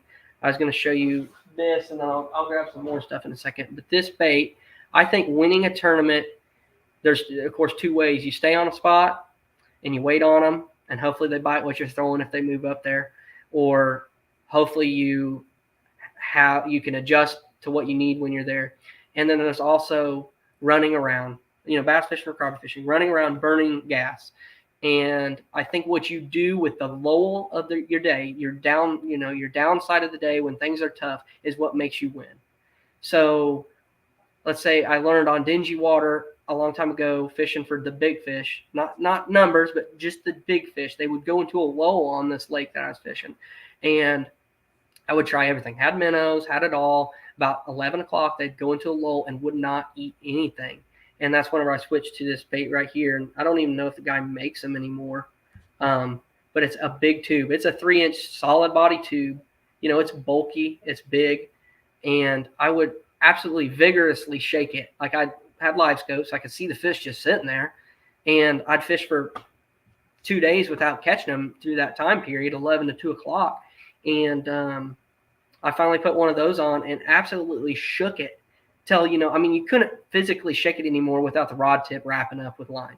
Huh. And all of a sudden, it finally turned up, and it came and just crushed it. And I figured out, and then I did it several times, and then I realized, okay, this is something that really works. So I think what you do with your lull of the day makes the tournament for you. That's where you move up. Jeremy Lawyer is a perfect example. I love watching the leaderboards, dude. He'll be in like 30th place day one. Day two, he'll be like, he might just move up a spot, maybe, and he might make a big jump. And then, dude, day three, he's coming up like top 5. Like, and that to me means more than staying up in the top 10 and maybe being in 5th and dropping down, or 2nd and dropping down to 10th. That guy adjusted to everything while it was going on. And I don't know, I think that speaks volumes as far as somebody competitively and what they pay attention to, when they move way up like that. And of course, walking off with an All-American's pretty good too, and not have to weigh in the last day. It's funny you brought his name up, because he's our guest next week. Jeremy is? Yeah, Jeremy's going to be on the live stream next week. That's really cool. I really like watching his stuff. Pretty open guy too. He's always online saying what he uses. I know there's another thing that I was thinking of earlier. One of my buddies, his name's John Bishop, and I fish with him a little bit. He will, when he finds a stretch, let's say on Stockton Lake, that the fish are in, he can fish up and down that stretch all day until they bite or they don't. I don't know. I've never been able to do that. That's just one of my absolute weaknesses. Do you use crappie nibbles or anything for scent? I do actually use several things for scent. I've tried the bait fuel. I don't know. I think it washed off my bait so easy. I think I need to soak it on a hair jig all night in a plastic bag, and maybe it adhere into it. But I have a good story about the crappie nibbles. I had a fish 2-pounder on Truman Lake during the summer, which is a big fish. I caught it, brung it up, lost it, chased it down for over 100 yards, and Nothing would work until I put a crappie niblet back on the same bait that I had caught it on. I'd hooked it, and it was, I probably got one in there, a little hair jig. When I put that crappie niblet on and went back on him, he bit, and I got him. Lake Fork, Texas, I had a similar situation, but didn't catch him with a niblet. I might have ended up putting a niblet on, but I had caught him and brung him up to the surface of the water 2 different times, and I had a little hair jig on. And then I chased him. He wouldn't bite. I put a Bobby Garland 80 bitty on, like the tiniest thing you can get, like a 1/24th ounce jig head, and got him to come up and look at it. And that's what I was going to explain to you guys. When you got this small of a bait on and they're coming up and looking at it, I will pull it away from them once they look at it, and I'm pulling it away, and then I just slightly let it down just a little bit, because that makes it slack. When you're just barely lowering it and they suck it in and they peck at it, they get it by mistake. They don't have hands. They can't inspect the bait and see what it is. They have to bite it to figure it out. And so fish bite things they've never seen before. That's why I think, sometimes you can use something wild and catch them. But whenever I let it have just a little bit of slack, they suck it in because it's so light. And you literally catch them by mistake because they have no way to inspect it. My buddy John Cruson always says, talking about color and then whether or not they feel it. He says, well, they don't have arms and they don't have glasses. So, it's one of those things where those little adjustments, I think, make a big difference, on bass fishing too, changing to a lighter weight so they can suck it in. But I ended up catching that fish on the 3rd time, and it was a 2-pounder. It was on Lake Fork, and it was actually earlier in the morning when it was real crucial to me to catch one. The 2-pounder helped me, but it wouldn't have separated me in 3rd place and 4th place for what I culled. But, I needed it early on in the day. And so some of those things are pretty crucial. But I have the color. I don't have the chartreuse head on it. These are probably my 2 absolute favorite colors for dingier water. Truman Lake. I usually have a chartreuse head on it and a blue tail. But I do like this one too. So that'd be 3. And then a chartreuse head, black body, blue tail. But I really like a chartreuse head, purple body, and blue tail, and a pink. Those are those rabbit holes that we get in and we build confidence in, Yeah. So you have more confidence in a hair jig vertically dropping on them than a plastic bait? So that's when we're talking about conditioned fish, yes. The last 2 years or 2 years ago, yes. This last year and this year, I started using plastics a lot more last year just because I was like, man, they're so used to that profile that absorbs and it's real subtle. I think hair jigs are very subtle. They don't move a lot of water. Water can't penetrate that plastic, so it distorts it and pushes it out and causes a vibration where they find it. I believe that plastics are a bigger role now for me. And then, you just adjust. Like, that's the only thing you can do crappie fishing, adjust, is like maybe try something that everybody else isn't using.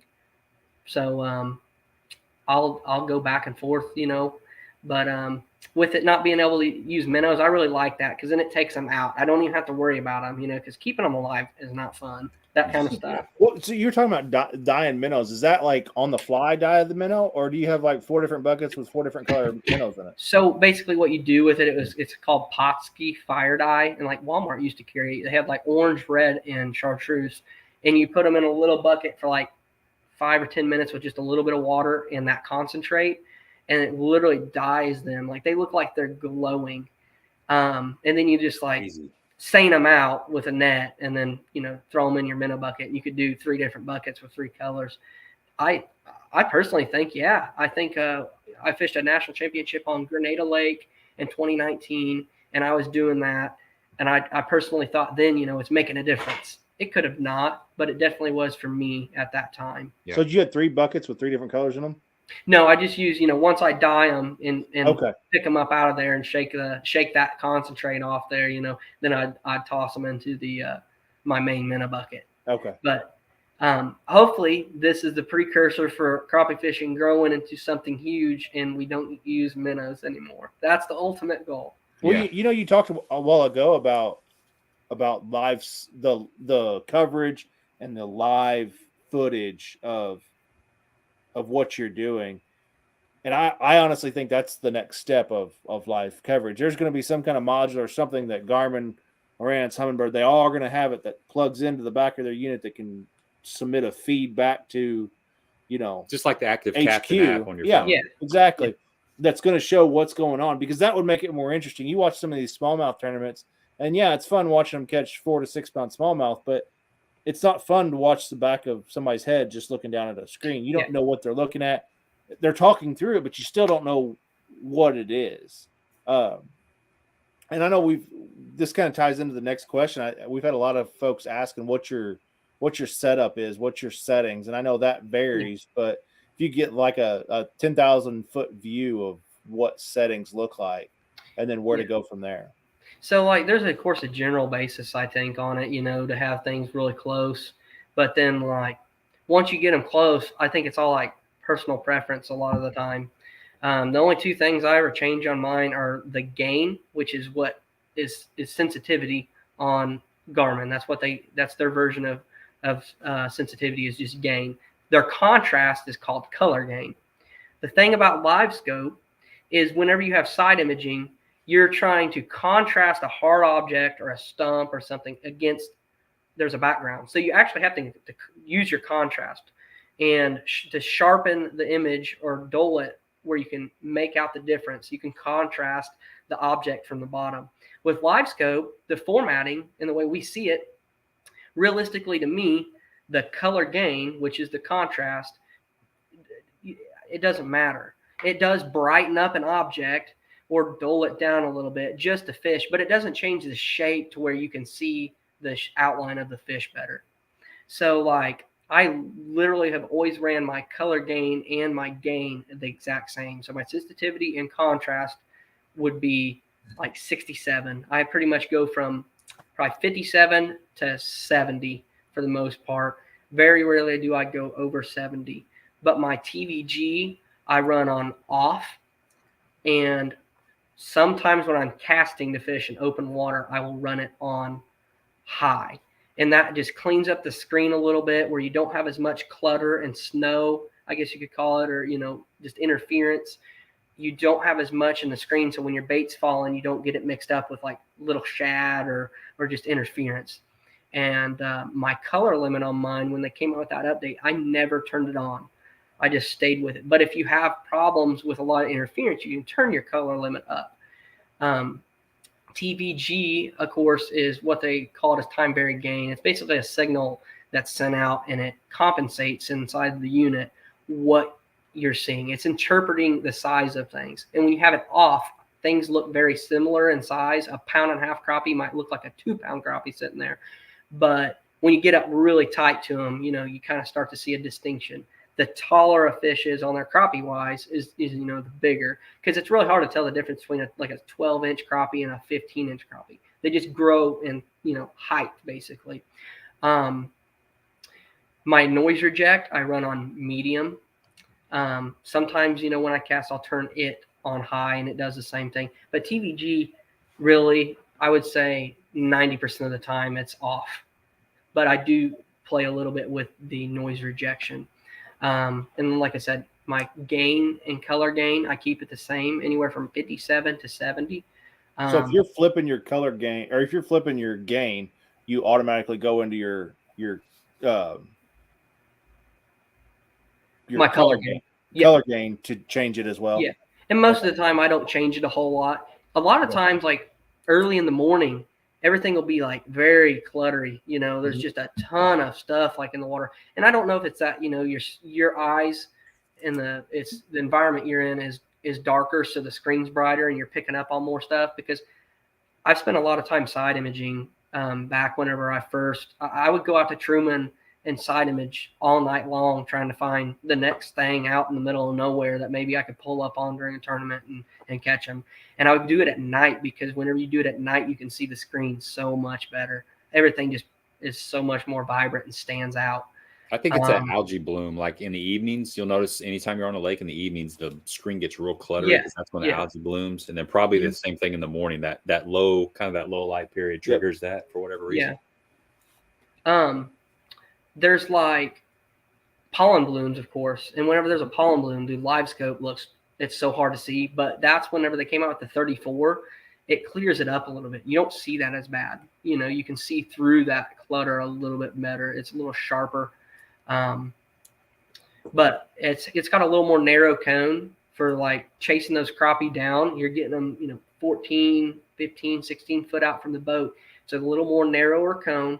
And so whenever you feather it, let's say you pitch your jig out and it's falling and you see the fish, you have to turn somewhere to look for your jig to know you need to compensate and move your bait over to the fish, whether that's left or right. Whenever you got that narrower cone, it's a little tighter when you see it. You might just go just past it a little bit, and then you see it, and it's harder to get just pinpoint accuracy that close. But then I think it makes you more accurate further out. As to where with the 32, the older transducer is a little bit wider. So if you're casting the bass with a jerkbait, the bass might be 3 or 4 feet away, and you can still see your bait in the edge of that cone. It's just a little faint. And then you reel in and you make that perfect cast where it's right over the top of them.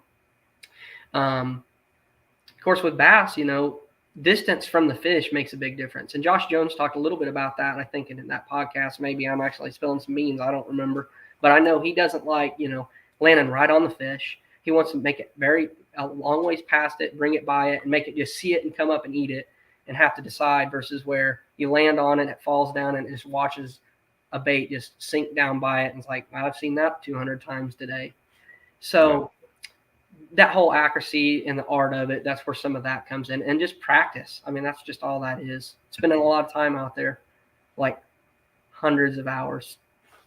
Here's a good question right here from Stephanie. She says, Matt, do you seem to find that when you fish brush piles, crappie of the same size will normally be together?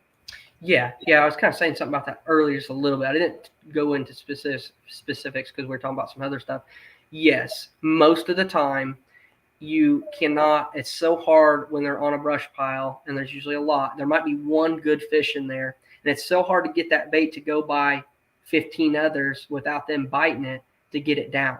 So like what I had to learn with LiveScope, especially early on, let's say a different scenario where there's 3 or 4 fish on a tree, and you can do it brush pile fishing, but it's just a little bit harder. You can throw it out just a little more to the edge, let it sink down, and then bring it by that lower part where maybe a bigger fish is. But with fish sitting on a tree and there's 3 or 4, I learned from fast. I picked up on this that, if I stayed out further from them, put it in and then pushed it up to them, or pitched it out past them and let it go down further, I could bring it up to the level and get it to the fish that I really wanted to catch. Because I'd say 75% of the time, if there's 2 or 3 fish on a tree and you catch one, even if there's 3 or 4 foot of separation between them and you pull one off of it, the others just nonchalantly just leave, they're just getting out of there. I don't know how they know it. I think they're just so in tune with their environment. It's their world that they feel that commotion, that instantaneous commotion. And I think there's certain types of structure that they go to that they're eating on. And I think there's different ones that they go to that they're just resting on. I think the same thing with bass. I think there's bass that, suspending bass sometimes are really hard to catch, but it's maybe because they're suspended out in open water, not oriented to bait. If you find them oriented to bait, they're going to eat. That's, I guess you could say, the bait's their cover. They're there to forage. And there's different types of trees, let's say on Truman Lake, that the fish are there because there's a little bit of current coming through them and there's bait blowing by and they're eating them. And then there's also trees that they're, might be off in some slack water that they're just hanging out. And even though, it could be fish that aren't pressured, they're just hanging out there, and if some commotion starts happening, they slip off. Having places like that, though, is what helped me win several times on Truman Lake. Knowing a little sneak hole that was way off the beaten path, that there might be 2 fish in there worth catching, and if it was, in my mind, worth going to, I have had it burn me a lot too. But slipping over there, and especially with LiveScope, you could see them, and I'd catch a 2-pounder that would, set the bar for the day and, help you win and help you solidify, especially like on a day 2. When you can do something like that, catch a kicker fish day 2, that makes a big difference. But ordained to just recreational fishing, of course, brush piles are probably the best. They typically, crappie always, almost always are oriented in some way to structure. Besides some lakes like Grenada where they're 3 pounds and they're the predator of it. There's nothing really there that's going to eat them. Truman, there's so many flatheads and so many, there's a lot of bass in it, and they have to live their lake or their life somewhere in that lake oriented to structure so they can hide. But brush piles across the country, you can pull up and catch numbers of crappie on, eating crappie, 9 to 11, 12-inch fish. And of course there's sometimes 3-pounders caught on them, especially at Toledo Bend. Now you're not, I would imagine you're not fishing brush piles in tournaments with a school of 100 on them. So what's your tips for looking for these better than average? Yeah, better than average crappie. The better than average. Let's say if I want to go catch a 2-pound crappie this year, which I know they exist in the lake that I fish, where do I start? Probably around a creek, typically around a creek in, let's say, from November until March. And then outside of November to March, when the temperatures get into the 70s, I'm looking out in open water. Those fish are transitioning from all those spawning areas, little pockets. Some of them, a lot of them on Lake Fork, Texas, spawn on the tree limbs, on the hitch tree limbs. They just dump their eggs there, and then they dip back down in the deep water. But that's when you're catching them, more than likely roaming out in open water.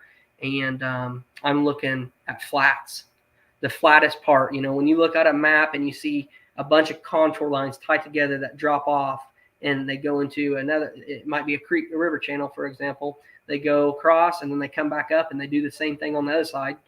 I'm typically staying away from that unless earlier on, like I said, that February to March, they kind of hang out in those middle of those creeks and pockets in November to March. But whenever they start getting out across, going to summertime stuff, I'm looking at, the flattest thing I can find. Wherever you look on that map and it just doesn't have any contour lines. There's not a bunch of little squiggly lines anywhere. And I'm just covering the water with LiveScope, 50 feet, fish at 40. But, sometimes I occasionally will scan out to 70, 80 feet. There's a lot of people that are way better than I am at running that distance and identifying that it's a crappie. So, of course, that goes back to strengths and certain lakes and stuff. But I would say here in the Ozarks Highland reservoirs right now, a creek is 100% the best place to find a big fish. Typically out suspended completely by themselves, maybe a handful of fish around. But whether it's summer, winter, spring, or fall, it's the same boat control. You're out there just scanning, looking for them. Yep, just covering the water, running lithium batteries. The Hayden Jeffries kid runs a huge, they're a big battery, but they're 36-volt batteries, and he kills 2 of them in a day, and starts to go through the third one. I'm sure he gets really close to killing that third one, and he's covering 15 to 20 miles of water in a day. And he's on high. You're not cruising around at 20 or 30% on your trolling motor. You're on 70 or 80%. Yes. Moving. Yes. And I run drift paddles, the power pole drift paddles. That way I put them down with my power pole remote, and it just kind of sucks the boat down. It gives it some brakes and slows it down. But, he's on the next level with those and the trolling motors on the back. So you're not just using – so drift paddles aren't for drifting in this situation. They're for stopping. Yeah, they're for stopping. There's Grenada, Mississippi. I have 10-footers, and without the 10-footers this last year, I probably wouldn't have done near as good because I was using them. They got fiberglass rods on them. I was in 6-7 foot of water, and I'd be going as fast as I could go and see a fish. And just luckily, they were kind of dormant, and you just have to fish for them for maybe 2-3 minutes to finally get them to bite. but I would use the power poles, and they would load up whenever they got in the mud, and I'd just get that fish. After seeing them at 50 foot or so, I would, by the time I get the power poles down, I'm going so fast, like, okay, he's at 14. Okay, the poles get down, they load up, and they go forward. The whole boat, you know, it's got tons of momentum, and they load up, and as soon as they load up and I can feel the boat just barely start to go back, I pop them up, and that almost like just stops the boat right there. That way I get a brief minute to go down on the fish. Wow, that's pretty technical, dude. So what's your boat set up then? Okay, so I'm running a 721 Phoenix right now. I have a Bass Cat on order, but they are they're really behind all the pandemic stuff. I've ran Phoenixes for a long time. They're an awesome boat. I really liked them. But I've ran 2 different setups with my batteries. I've ran 3 100 amp hour lithiums to a Garmin troll motor. The thing is so powerful and quiet. I love them. 10-foot power poles. I do run a 100 amp hour lithium by itself for my 16-inch graph and my LiveScope. I personally chose to solder the connections at one time, and I don't know that, you know, I got a better, clear screen or anything like that. But, you know, you want, I think to separate yourself from ever having a chance at a lot of clutter or interference, having a battery that's just dedicated to your electronics, you know, your LiveScope and your screen up front makes a little bit of a difference, and it helps with diagnosis whenever there's a problem. You know, when there's an issue, you know, you run directly to that one power wire that goes back there. If you have a kill switch in it, you know, you check that, you check your connections. If you're getting 12 volts up at where you know, your splices are or whatever you're using, Posi Lock makes a really awesome product. They have like a wire nut that you can put everything together, and then it screws down. That way it's quick access. And I have started using some of those a little bit more, but some of that stuff, you know, helps on the fly. I typically keep another set of batteries in the truck. I've had a ton of tournaments where I've killed my batteries and ran back, and it saved the day. I don't keep an extra transducer with me necessarily. I used to keep a troll motor and a LiveScope, you know, in the truck and batteries. And a quick example, Josh Jones went out on Ross Barnett ACT 2020, I think, and troll motor wouldn't work. So he goes back, he waits till like 11 o'clock or something, and a guy brung him a troll motor. He bolted it on and went out and ended up winning the tournament, you know? Wow. So like when you have an issue, if you have a backup plan for it, it's always worth that extra little bit of elbow grease to get the chance to go back out there and make something of the day. Yeah, I would agree with that. I mean, there's a lot of elite series on the Bass Trail that carry an extra troll motor and a rod locker. Yeah, now I haven't went that far. Hey, we got a T-shirt for you. Cole says, "I can feel the crappie suck the bait in their mouth." Matt Rogers. Yeah, I've taken him fishing. I didn't know he was going to say something. So yeah, like especially when you're using some braided line, like you can feel that fish open. Like whenever he makes that vacuum and that bait starts going in there, yeah, you can feel that come up through the line. Rods, I mean, when you have braided line, everything's sensitive, you know. I did that this year when I was to my crappie setup. I started using braided line for 2 main reasons. I got a 7-acre pond in my backyard that is full of better than average crappie.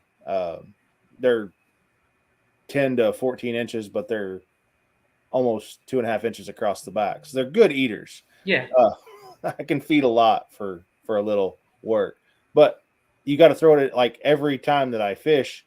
You got to throw it into a brush pile, and you almost got kind of like you said about dock shooting. You got to let it fall and wait for that thump. And if you don't feel that thump, you're stuck. Well, yeah, straighten that hook out and do it again.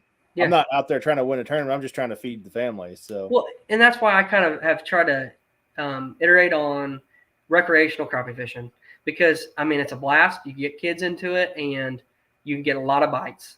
That should definitely be, you know, the emphasis for most crappie fishermen about how to grow the sport. You know, it's fun. You catch a lot of fish. And I mean, I remember trying bass fishing a little bit when I first started, and, you know, go out there for 6 hours and not catch nothing. But I also did that learning to crappie fish. But I was learning the the horrible days on the water were building character for me, building strength. So but at the end of the day, when you go crappie fishing, you're typically not going out there. If you're going to take your kids out, you're not going out there looking for 1 3-pound crappie like we are when we're bass fishing. You're looking for like the brush pile that I found the other day. If it wasn't so blasted cold, I would have loved to have my son there. I'm like, right here, here's your pole. Just stick it right there. Yeah, you're just getting your line tight. Yeah. Just get over as many times as you can get your line tight. Feeling that bump every single time you dropped in there. And with kids and the screen, I mean, he can watch that fish come up out of that brush pile, hover that jig right above them, and they just come up and eat it. Yeah. Set the hook. It's fun. It's a blast. It's an absolute blast. But I'm curious for the next couple months is trying to find a giant. A giant. I want to catch one over 2 pounds now. You got me like all about it. So and they're there, and look at those arcs. There's there's 3-pounders caught out of it every year, but they're just they're a rare commodity to come across on a lake like that. So what's your PB then? My best is on scale 366 on an official scale, but like this last year at Grenada, I didn't. That was the year previously. This year I didn't. I had 3 fish that weighed 338 on my scale, and I didn't weigh one in on theirs. Because there's always like a difference. You're on a boat and you got a little bit of waves and stuff, and I think the biggest fish was 4 1/4.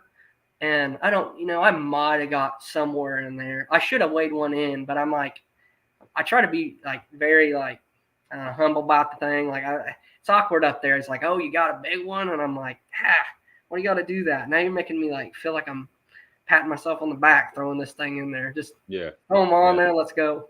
Which I don't mind talking. Like you said, we're 2 hours and 26 minutes. I could go until 2 a.m. without a doubt. Well, you talk, I was doing the math a while ago. You talked about that 22-pound limit that was weighed in. 7 fish averaged over 3 pounds.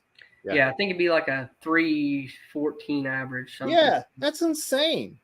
Yeah, that's 7 giants. Yeah, that's big. That's 7 fish of a lifetime for me. Right. In one day. In 2 days back to back. Yeah. It's what's your biggest 7 then? My biggest 7 was that tournament. On the first day I had 2264, I believe. Jesus. That's just a few hundredths out. I think 2277 was leading, and I had 2264. And then the next day I had the 2208 or something like that. So and that was enough to win? Yeah. Wow. And I think, though, like, the Hayden Jeffries kid's going to break it this year. He's going to cover, more water. He's more accurate. Is it the heaviest weight ever weighed? Yeah, it was. Oh, wow. And a 7-fish crappie tournament, of course. I've gotten to talk to Gary Dobbins from Josh Jones a little bit, and that guy's mind is amazing. But he's an awesome, super awesome, nice guy. He was talking about that, back in the day, tournaments that had like 15 spotted bass, out in California, just wearing them out, and you're keeping 15 of the things. And a lot of bass tournaments like that, were like 10 fish limits. I think one of Rick Clunn's classics he won, maybe in like, I want to say he won 169 or something like that. Connor Cunningham would know, dude. That kid is like a book with that stuff. He knows every date, like who won what. But I believe it was like a 10 fish limit then. Yep. So like it's just evolved, less fish in your live well, the less stress on them, less oxygen they take, so it's healthier for the fish. I think crappie it'd be really tough to go to a 5-fish limit because the weights are so tight. Yeah. Yep. So it'd be really hard to go like that, I think a 5-fish limit would be it'd be more ordained to who got lucky than who was able to figure out that, the bigger fish were doing this specifically in the middle of the creek, in the middle of flatter creeks. Like Truman has so many different types of creeks. That's like another rabbit hole. There's creeks that are flat.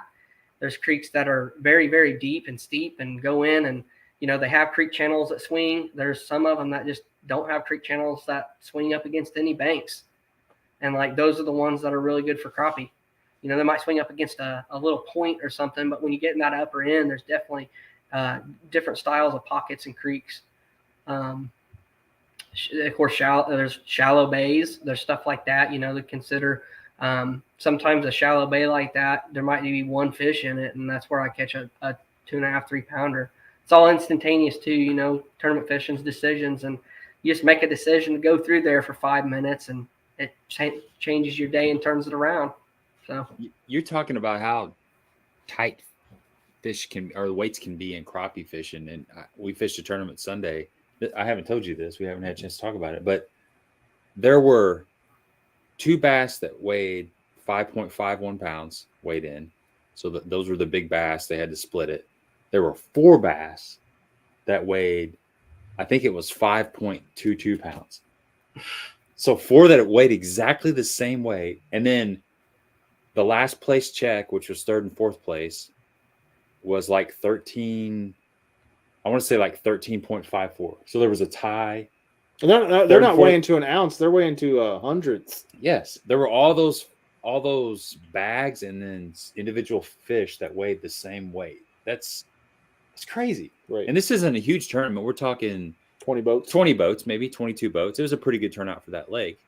But I was just and to make it even more interesting, you could only keep 2 fish over 18 inches. So each boat only had 2 over 18 inches, but yet there was that many fish that weighed the same. I thought that was, I have never seen that before. Right. I wonder, pretty amazing. I mean, you know, it could be something like now there's so many fish that like are foraging hard. Maybe like that kind of balances out the size. Maybe something like that. It's just I know there's like one on Table Rock, one of the polar bears that is in the Ozarks. I think there was like an 8 something, you know, weighed in, and then it went down to like a 6. So it's kind of more normal, you know, in the 4s. Now and then they had a jerkbait only tournament the other day on Table Rock, and I think there was maybe a 7 caught in that one. But you know, we don't see too many bass around here that break that 7 pound mark. That's a big fish. And yeah, that's huge. Yeah, that's a very old fish. Yeah. Well, this is the time of the year that you're going to catch that fish, though, too. Yeah, right. For sure. Yeah, they've got eggs in them already. They're starting to develop. You know, like it's close. Yeah, they're starting to feed up for that. Yeah, they're definitely fat, for sure. I think it's amazing how you could have in bass fishing, the weights are bigger, so it's even more interesting. But you could have 5 fish. Like 3 or 4 people will bring in, or at least a couple people will bring in the same exact weight for 5 fish. There's so many variables that go into that, because you're talking those 5 individual fish in whatever combination, you know, one might have weighed 3.24, the other 5.1, whatever the combination is. And they all added up to 2 or 3 guys that have 901. They all added up to whatever, the same weight. That blows me away how that happens. It's I have just random. 20 boats, not 200 boats. 20 boats. Yeah, it's so random. It's very interesting. That's what, like, of course, blows me away with, like I was saying with Jeremy Lawyer. You know, they'll you know, he'll move way up. Like I said, you know, I mean, even when the weights are tight, like he just figures out how to separate himself from everybody and you know, put down a big weight on the second or last day. I seen he said something about a scale malfunction. Like, that's only when I'm weighing in. Somebody said that. Actually, there's a couple people saying, "What? There's got to be something wrong with this scale." So, like, I mean, hey, dude, you want to come out? I'll give you a free guy trip. I'll take you out, and I'll let you see the size of fish that we catch with, you know, traveling to the big fish lakes. You know, I mean, most of those people that say stuff like that typically probably haven't ever seen a legitimate 3-pound fish in their life. I mean, And I'd be willing to take somebody out and show them, you know, that these fish definitely exist. Grenada Lake, you know, they have 4-pounders caught every year. Scale wise, though, we're weighing in on, you know, the same scales that everybody else weighs in on. You know, I think they're pro tournament scales. I think that's really the brand name of them. And, you know, they're officiated. They get calibrated. And Well, and at the end of the day, it doesn't matter what brand of scale it is, or if it weighs a pound heavy or a pound light. Everybody's weighing in on the same scale. Yeah, Yeah. I think he would. I think Andy would definitely take you up on the free guide trip. But I think he was talking about that Talking about tournament your where they're tournament, all weighing the same, and Oh, that's funny yeah. because we had a couple people in the crowd were just kind of ribbing the weighmaster about that. Like, what's wrong with that scale? How come there's 4 exact fish that weigh the Right. exact same weight? Right. It's crazy. Man, It's I good. don't It's know, they're easy so- looking at that guy. So they are so. I don't know. They're accurate, man. Yeah. I mean, let's say a 17-inch bass, or well, you said they were 18 there. They can only weigh so much. Mm-hmm. As long as they don't have weights in the belly. typically, I had to bring that up. you just have Crappie to on go there. Grenada. I'm sorry, I didn't mean to cut you off. Go ahead. No, I was just being a smart ass. I just said as long as they don't have weights in their belly, like the Yeah. walleye. Yeah, you know how many times I've heard that? Oh, you're a tournament fisherman. What do you got? Lead weights in your box? Yeah, exactly. Oh, But I think he just said a 4-pounder out of Kincaid. Yeah, that place, I was telling them earlier, since they're from Illinois, Kincaid has absolute monsters in it. Giant black crappie. Well, hybrids maybe. I mean, absolute giants. Probably, it's a destination I want to go. I've always wanted to go there. Grenada there. Kansas has big fish, like giant fish. El Dorado Lake, Kansas is probably one of the most consistent, lakes that puts out over 2-pound fish, along with like Lake Fork, Texas. There's absolute giants in Lake Fork, but I just looking at that one. The my biggest crappie is I finally seen where like it's updated. Like that's how I'm like technologically declined that much. Like I didn't even know this is live over here to the side. Yeah, it's just rolling. Yeah, exactly. As people are. Well, so we're usually way behind on the comments. So what you're seeing live that you're trying to read through, we're way up on top. We're caught up now, but earlier we were way a lot behind. of times. So a lot of times we're getting in our late night now. So yeah, I was gonna say, no, you're good though. We get behind, but it's good because we have a couple moderators on here because we'll get some trolls. And if you're right down there on the bottom, you never know what's coming through. So we've been pretty good. It's been a pretty clean stream for so sure, far, as far as the comments and stuff. But every once in a while, you'll get some random, what show pop up, and it's like, no, got to block them. But our moderators keep a pretty close eye on that for us. Yeah. So. Andy, where was that out of a big lake or 5.25? Yeah, I wonder if it was was that a crappie or a bass, Andy? My profile pictures. It kind of looks like his profile picture is a giant crappie, honestly, like a monster crappie. Jesus, so. That is unbelievable. My eyes aren't that good. I can't see that close. I've not got to see something like that big. I mean, I'd love to. That was, my next goal in my mind was to try to catch a 4-pound fish, like a legit 4-pound fish on my scale. Since I don't have I don't go like the fish that they weigh in at Ivy. They've got an official scale they take everything to. I've never seen like an official scale just in a tackle shop. Really, it was a bass. It wasn't a crappie. Okay, thank you. About had a heart attack. That's still a really nice bass, but yeah, that's huge. Yeah. If you no disrespect on a 5-pound bass, but yeah. What do you think the best lake in the country is to catch a 4-pound crappie? Grenada. They're still in there, huh? Do what? They're still in there. That's been a go-to lake for so long. So that's the thing, and actually Mark Zeno was talking about that. Sharing the lakes that can withstand the pressure is different than like blowing out a little 30-acre, like little honey hole and putting it on something. Oklahoma is probably like across the board the best place to go catch 7+ pound bass and a 3-pound crappie. They have tons of little 30 to 300 acre lakes that have giant crappie and bass in them. They got Florida strain down there. So it's probably the best across the board for bass and crappie. Of course, Texas is like putting out the biggest fish right now in the country. Grenada puts out the most big crappie in the country.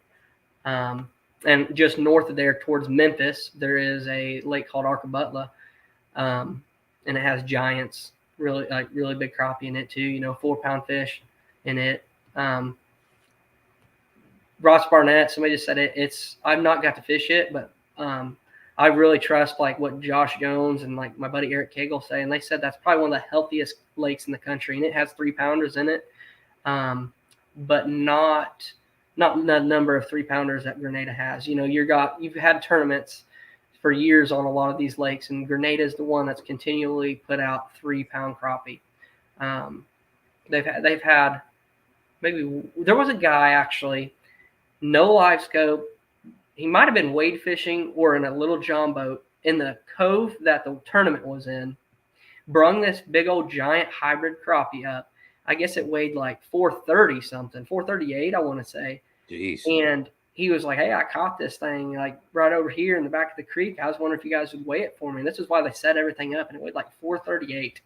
And no, I don't believe that had lead or anything like that. I mean, I think that everybody I talked to said it was absolutely massive. Yeah. The picture the Hayden Jeffries sent me earlier yesterday or this morning sometime, it was a 394, and it looks every bit of a 394. It's absolutely huge. California has some giant crappie. They have 10 fish limits out there, and they weigh 22 and a half, 23 pounds. But there's 260s, 270s. I know somebody that was just out there, and he pulled his boat. He was an electrician, and he was out there doing something, and he took his boat with him, and he sent me a video of his LiveScope, and he panned across, and he was like, put in there because he had already caught the fish and then put the label on it, and it said 270. But whenever he panned across, there was like 9 fish in there, and like 3 or 4 of them were 2-pounders, and then there was a couple that were probably around that 2 1/4, and then there's just one monster one out there, that was 270. Yeah. Wow. You will get addicted to it if you get to see one of those fish. And I think a lot of times people go buy something that big. I know I have. I've literally went right by fish for a while. On Grenada, for example, when I first went down there, I was catching a lot of 2-pound fish because I thought those were big. That's what I was used to. And finally, I'm like, maybe them aren't buffalo that I'm seeing, or carp. And so I finally got on one. And those fish down there are so big that the one thing I explain to people, the difference in a drum and a bass and like a white bass, is a drum's tail kind of comes up a little bit bigger, and carp does too. You can almost see the separation in the tail, the ends of it where it comes out, the longest, widest part of that tail. The crappie are so big their fins are so big, they have that same look to them sometimes. You might, when you come across one that maybe is 3+ pounds, sometimes you can see that tail, and it kind of confuses you a little bit. You're like, man, I'm not sure. And sometimes they're swimming so fast down there. There's some other lakes that they swim fast like that when they get spooked, but those fish are constantly just running like as fast as possible. Sardis is a really good lake too. They catch a lot of they catch a lot of 3-pound fish out of there too, but just not the numbers that they catch out of Grenada. Chickamauga, I believe that there's a lot of 4-pound fish, especially a lot of like black crappie that are 4-pound fish out of the Tennessee, Alabama, of course, Mississippi. I think you're going to start seeing more big crappie with better scene, better coverage, more folks going after them. They just didn't exist 10 years ago because we didn't. I mean, they did, but it was guys like what you were talking about that were wade fishing or out of the little john boat that were catching them to knock the sides off of them. They weren't catching them for sport or for a tournament. So yeah. And that's the thing, this is crappie fishing is originated literally from a panfish that we eat.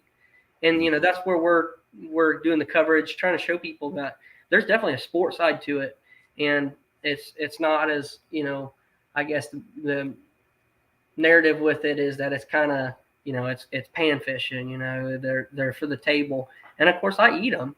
And I mean, I've kept 2-pounders. I've hooked 2.5-pounders that bled, and I kept them, and they're not good to eat in my opinion. It's like a big old steak, and it takes a little longer to get them cooked. And like 9 to 10 inch crappies, perfect to eat. Nothing wrong with.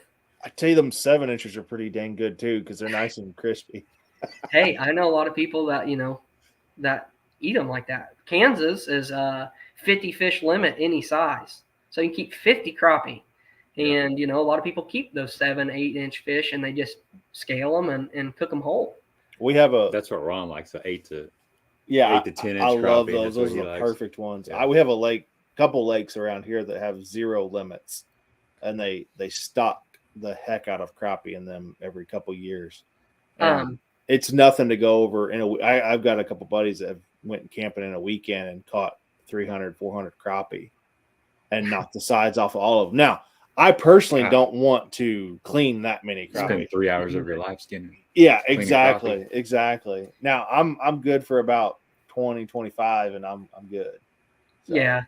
And I mean, some places like California, Clear Lake, where my buddy was at, you can't eat them because of the mercury that's in the water. Yeah, right. True. And I don't know after eating a lot of fish out of a lot of cleaner water lakes, I'd be nervous eating them out of Lake of the Ozarks. Maybe there's a lot of runoff there.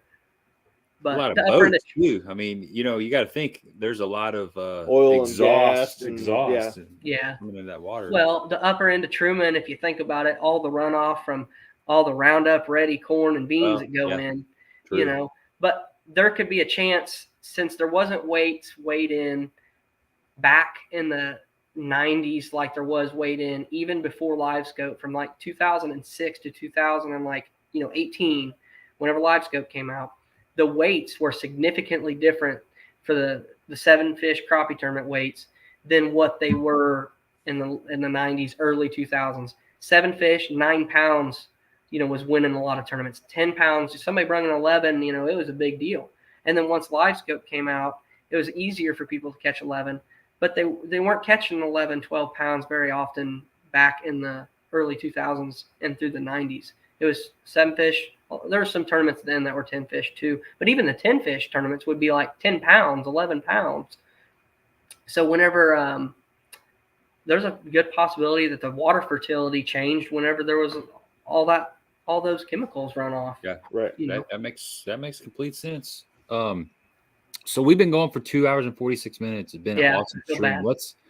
Let's throw one more question out there and we'll end on that. And we'll have to have you back on here sometime, because I have a whole bunch of stuff we didn't cover. We got to catch our 2 pound crappie. Once we can both catch our 2 pound crappie, we can have him back on and talk about it. We can brag about it. So Andy's got a question, and this is something that I had on the list. What brand reel do you use, and also like a rod too? What's your go-to rods? My go-to rods are Jinko rods right now. That's what I've used them a lot before. I'd used a different brand for a little while, and I'm designing a rod with them, Signature Series, and it's going to be a 14-footer. It'll be out hopefully this spring, but they have they have the probably best rod selection as far as price goes on the market. I believe they've got $27 like Cypress Creeks they're called, and they're like a really tough rod. I know a lot of people use them, all the way to a $200 rod. As far as when you start spending money with a crappie rod and you get longer, you're wanting it to be light and balanced, because you don't want to hold 2 pounds out there all day and sticking it way out. So that's the battle that's fought with the long crappie game, or the long rod in the crappie game. Reel wise, Jinko released called a double down bait finesse specialty rod. And this is very fascinating. And this is something you guys, especially you guys with bass fishing, even, I mean, you could throw like a 90 centimeter jerkbait, like the Mega Bass Juniors on it. It's a reel that's, I think, been out for a little while, but they made a rod specifically for crappie fishing with it, that you can throw a 16th ounce and even a 32nd ounce on a bait caster. Really? The spool is just, not very deep. It's just a bigger spool. And so somehow, that comes off there. I was not a believer, and I went and tried one out, and they really do. You can cast a 16th ounce jig head 60 feet. But for the most part, I'm using on my long rods, I got a Daiwa C80, it's a cheaper mid-range bait caster. And no, gear ratio wise doesn't matter unless you need to get, if you end up long rodding while fish are sitting still and they are deep, you can get it up quicker with a faster gear ratio. As far as casting to them goes, and that's still my technique with a spinning rod. I have a Daiwa Legalis, or not a Legalis, this one's a Stratic, but I use Legalises too. A buddy turned me on to them, and for the money, they are awesome. They are a black and blue reel, but this is a Stratic. It's like a $200 reel. You don't have to get too crazy by any means. Just I fished with absolute terrible reels forever. Stuff that was like $30 reels or something, $20, maybe $30. And then once I started casting a little more, it literally makes a difference when you're reeling and you got a fish coming to that bait and he's following it.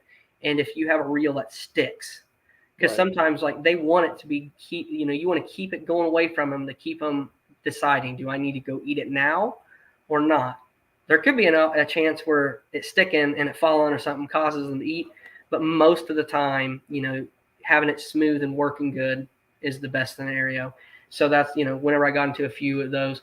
And I actually was trying to get a rod. I really wanted a reel company to come out with one specifically for the technique we were doing with the LiveScope. And I think, there's a few companies that have some faster gear ratios.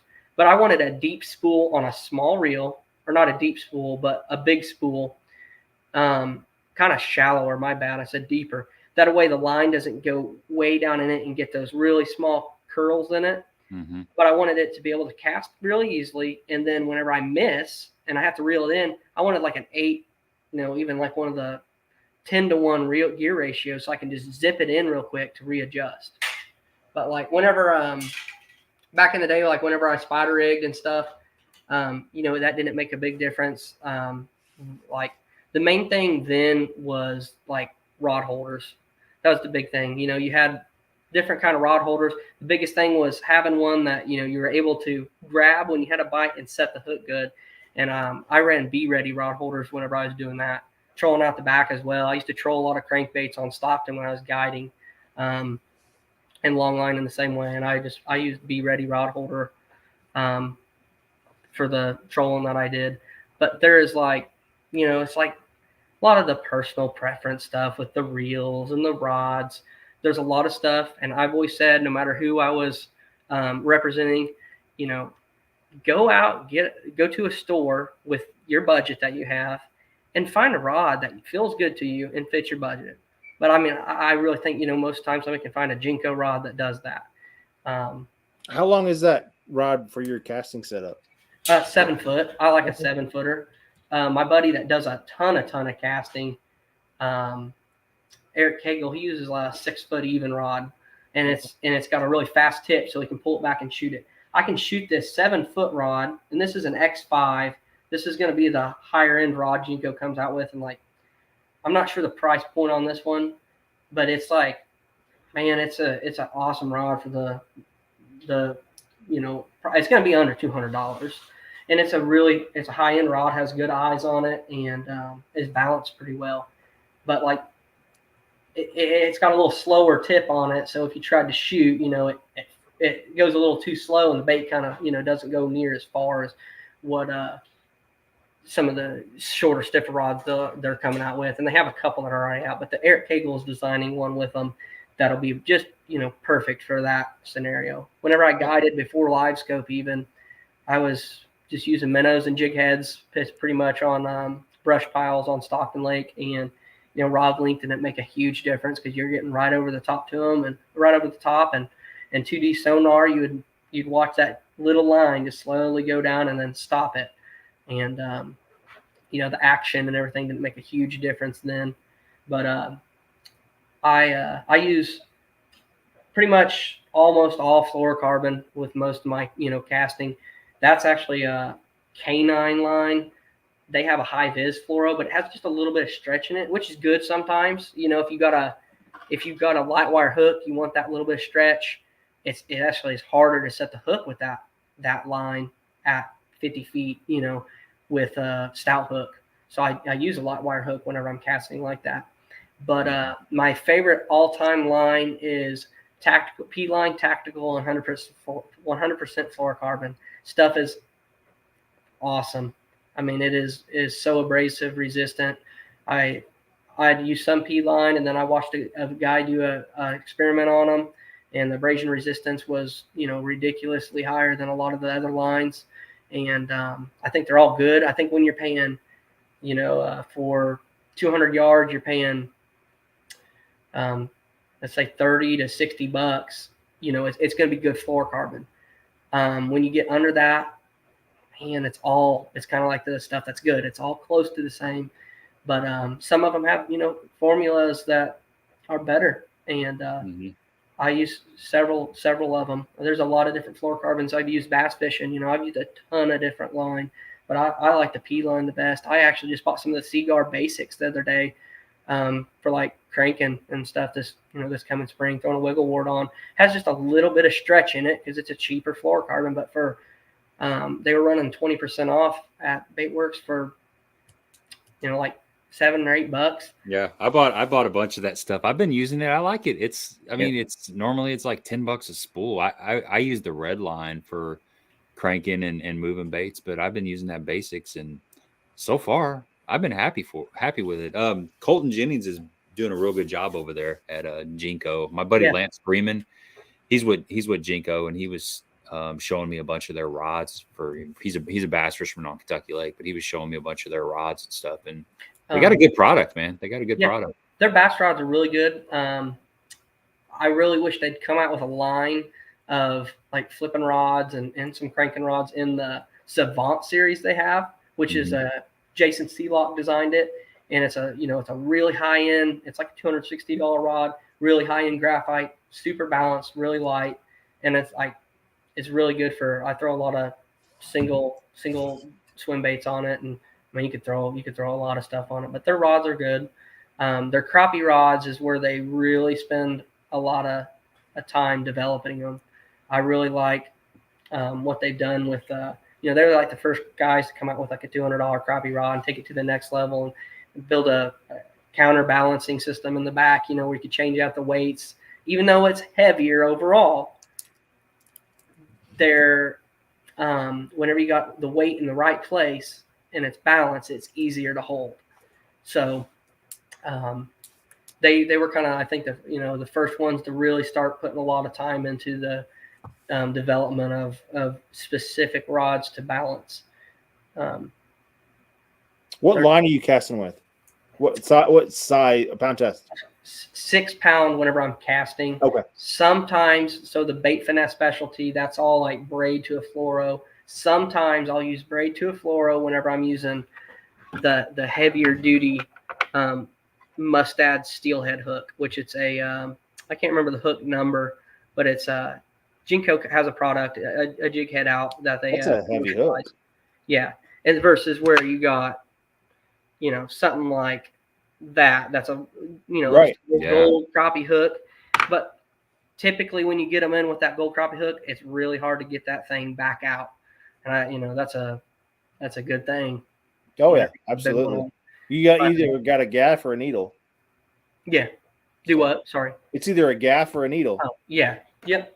Yeah, so, and that's the same thing. That's why I've explained to somebody one time, whenever they stick a needle on your arm, if they drop it with the weight of the syringe, a 20 gauge needle is not going to go in near or a 20 gauge needle is going to go in a lot easier than a 2 gauge needle. That's exactly right. That's good. So, yeah, that's good. That makes sense. So, there's a lot of things to it, and like you said, I'd love coming back on, but I definitely have taken up a lot of people's time. You're good, brother. It's been great, man. It's good to meet you.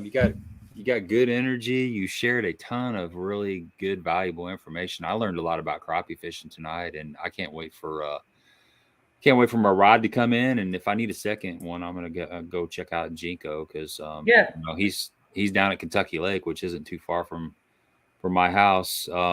Yeah, definitely. You definitely need to get your YouTube channel though. You definitely need to put some of your content out there. Yeah, I'm going to. It's just like I said, it's really hard for me to sit down and do. I can sit down and play a video game even. I do play a little bit of Call of Duty some, but like I cannot do an editing video. My mind, the reason I play a fast-paced something is because I'm fast-paced. I have so many other things I could sit and talk about. I got a million things running through my mind all the time. But I need to travel down to Truman sometime. Truman. Yeah, and Truman be the jump in the best. boat with you, man. We can put a little video together, and we can do multiple videos and take it wherever we want. It'd be fun because you got a lot of good stuff to share, and there's a lot on this stream for sure, but cutting it down into little, like nuggets, 10-minute videos or 9-minute videos would be a really good way to get the word out to everybody. For sure.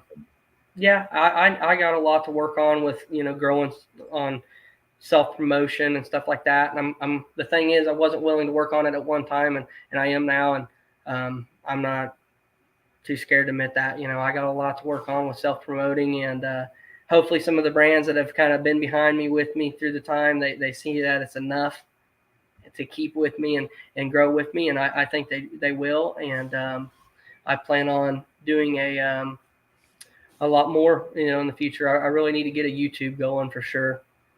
So yeah, it'll happen if it's supposed to, man. This is a record, 3 hours, man. Yep. Yeah. That's hey, awesome. I'm sorry. No, it's great, dude. On your YouTube, and you talk about editing, what I was going to say is you need to go check out Brian Latimer's early stuff. He shot everything on that. With a cell phone. Really? Yep. Yeah. Everything was shot on a cell phone. Minimal editing. You're very well spoken. You don't stutter over your words like I do half the time. So making a one little cut out of it and posting it out there, I think that it would do wonders for your brand. Yeah, I've always known YouTube is that niche that I needed to get into, and I should have done it when LiveScope first came out. And I didn't want to necessarily, just throw everything out there for one, and two, it just wasn't. I was still growing, as a person as far as that goes, and developing this kind of stuff. So finally here, and I'm ready. I'm ready to really take it on and embrace all the social media platforms. Woohoo! I love it. It is fun. It's fun to be able to help people, and I'm honored that I was able to get taken out by somebody, and they showed me something, and so I think I owe that back. And the best way I can do it is by sharing on a social media platform, and the truth, because I wouldn't want a kid to sit here and listen and do all this, and it had been a lie, and him go buy something that I didn't use. I don't know. That just doesn't sit well with me. And so, I've always been trying. I've always just, shown you everything, including a Jinko bait. There's all kinds of stuff out there, but I think that being truthful is best would be with the tackle side of stuff, and so kids aren't spending their lawnmower, their mowing money on stuff that you aren't really throwing. Yeah, I agree, man. I agree 100%. It's you can never go wrong with honesty, for sure. Yep. Because you're gonna get caught in a lie at some point. Yeah, something. Yeah. Well, we're all fishermen, right?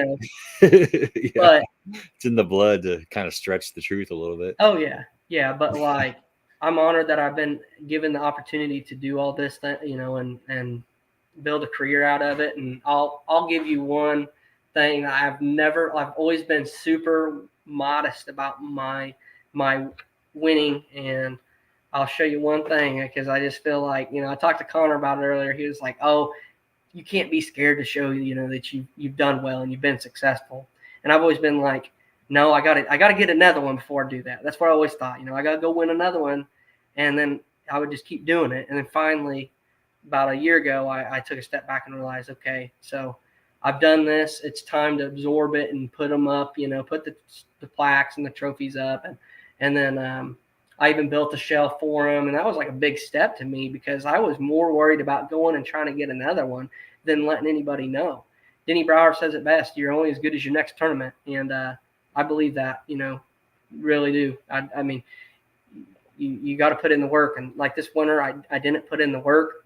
I got several kids, and I'm going to be stressing it out here in a couple weeks when I kick off the first tournament of the year, but you just got to make up the difference then, I guess. There's nothing you can do. Looking back is going to get you in a rabbit hole. And so I'm looking forward to it. But I'll give you a little pan of my room here.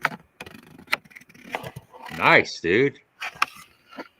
I got everything set up in my shop. I'm finally in a place, in my life where, I mean, I finally got something. I got me a shop, and like I said earlier, I can deal with the crickets in here. That's no big deal. They got plenty of homes and all them big old cups you got. Congratulations, man. That's good stuff, dude. That's awesome. But, that's good stuff. So let's wrap this up, man. Good luck. Good luck. What'd you say? A couple months you go out there and fish your first tournament of the year? I got Congratulations on number 3. Yeah, baby's due the 30th, and February 3rd and 4th is the first tournament. So maybe I might get a day of practice in. I'm not pray for a little bit of a little early or a little late. One or two. Yeah, I'd do some jumping jacks. Yeah, I'd take it now. I tried to get her to do the exercises and do one of the bouncing balls, to get the thing out, because I was like, this will help.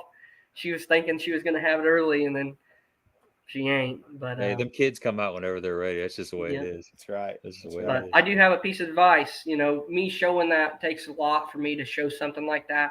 And I just want kids or anybody watching, it's obtainable. I had the guy that I worked for on that lake when I first got hired guiding.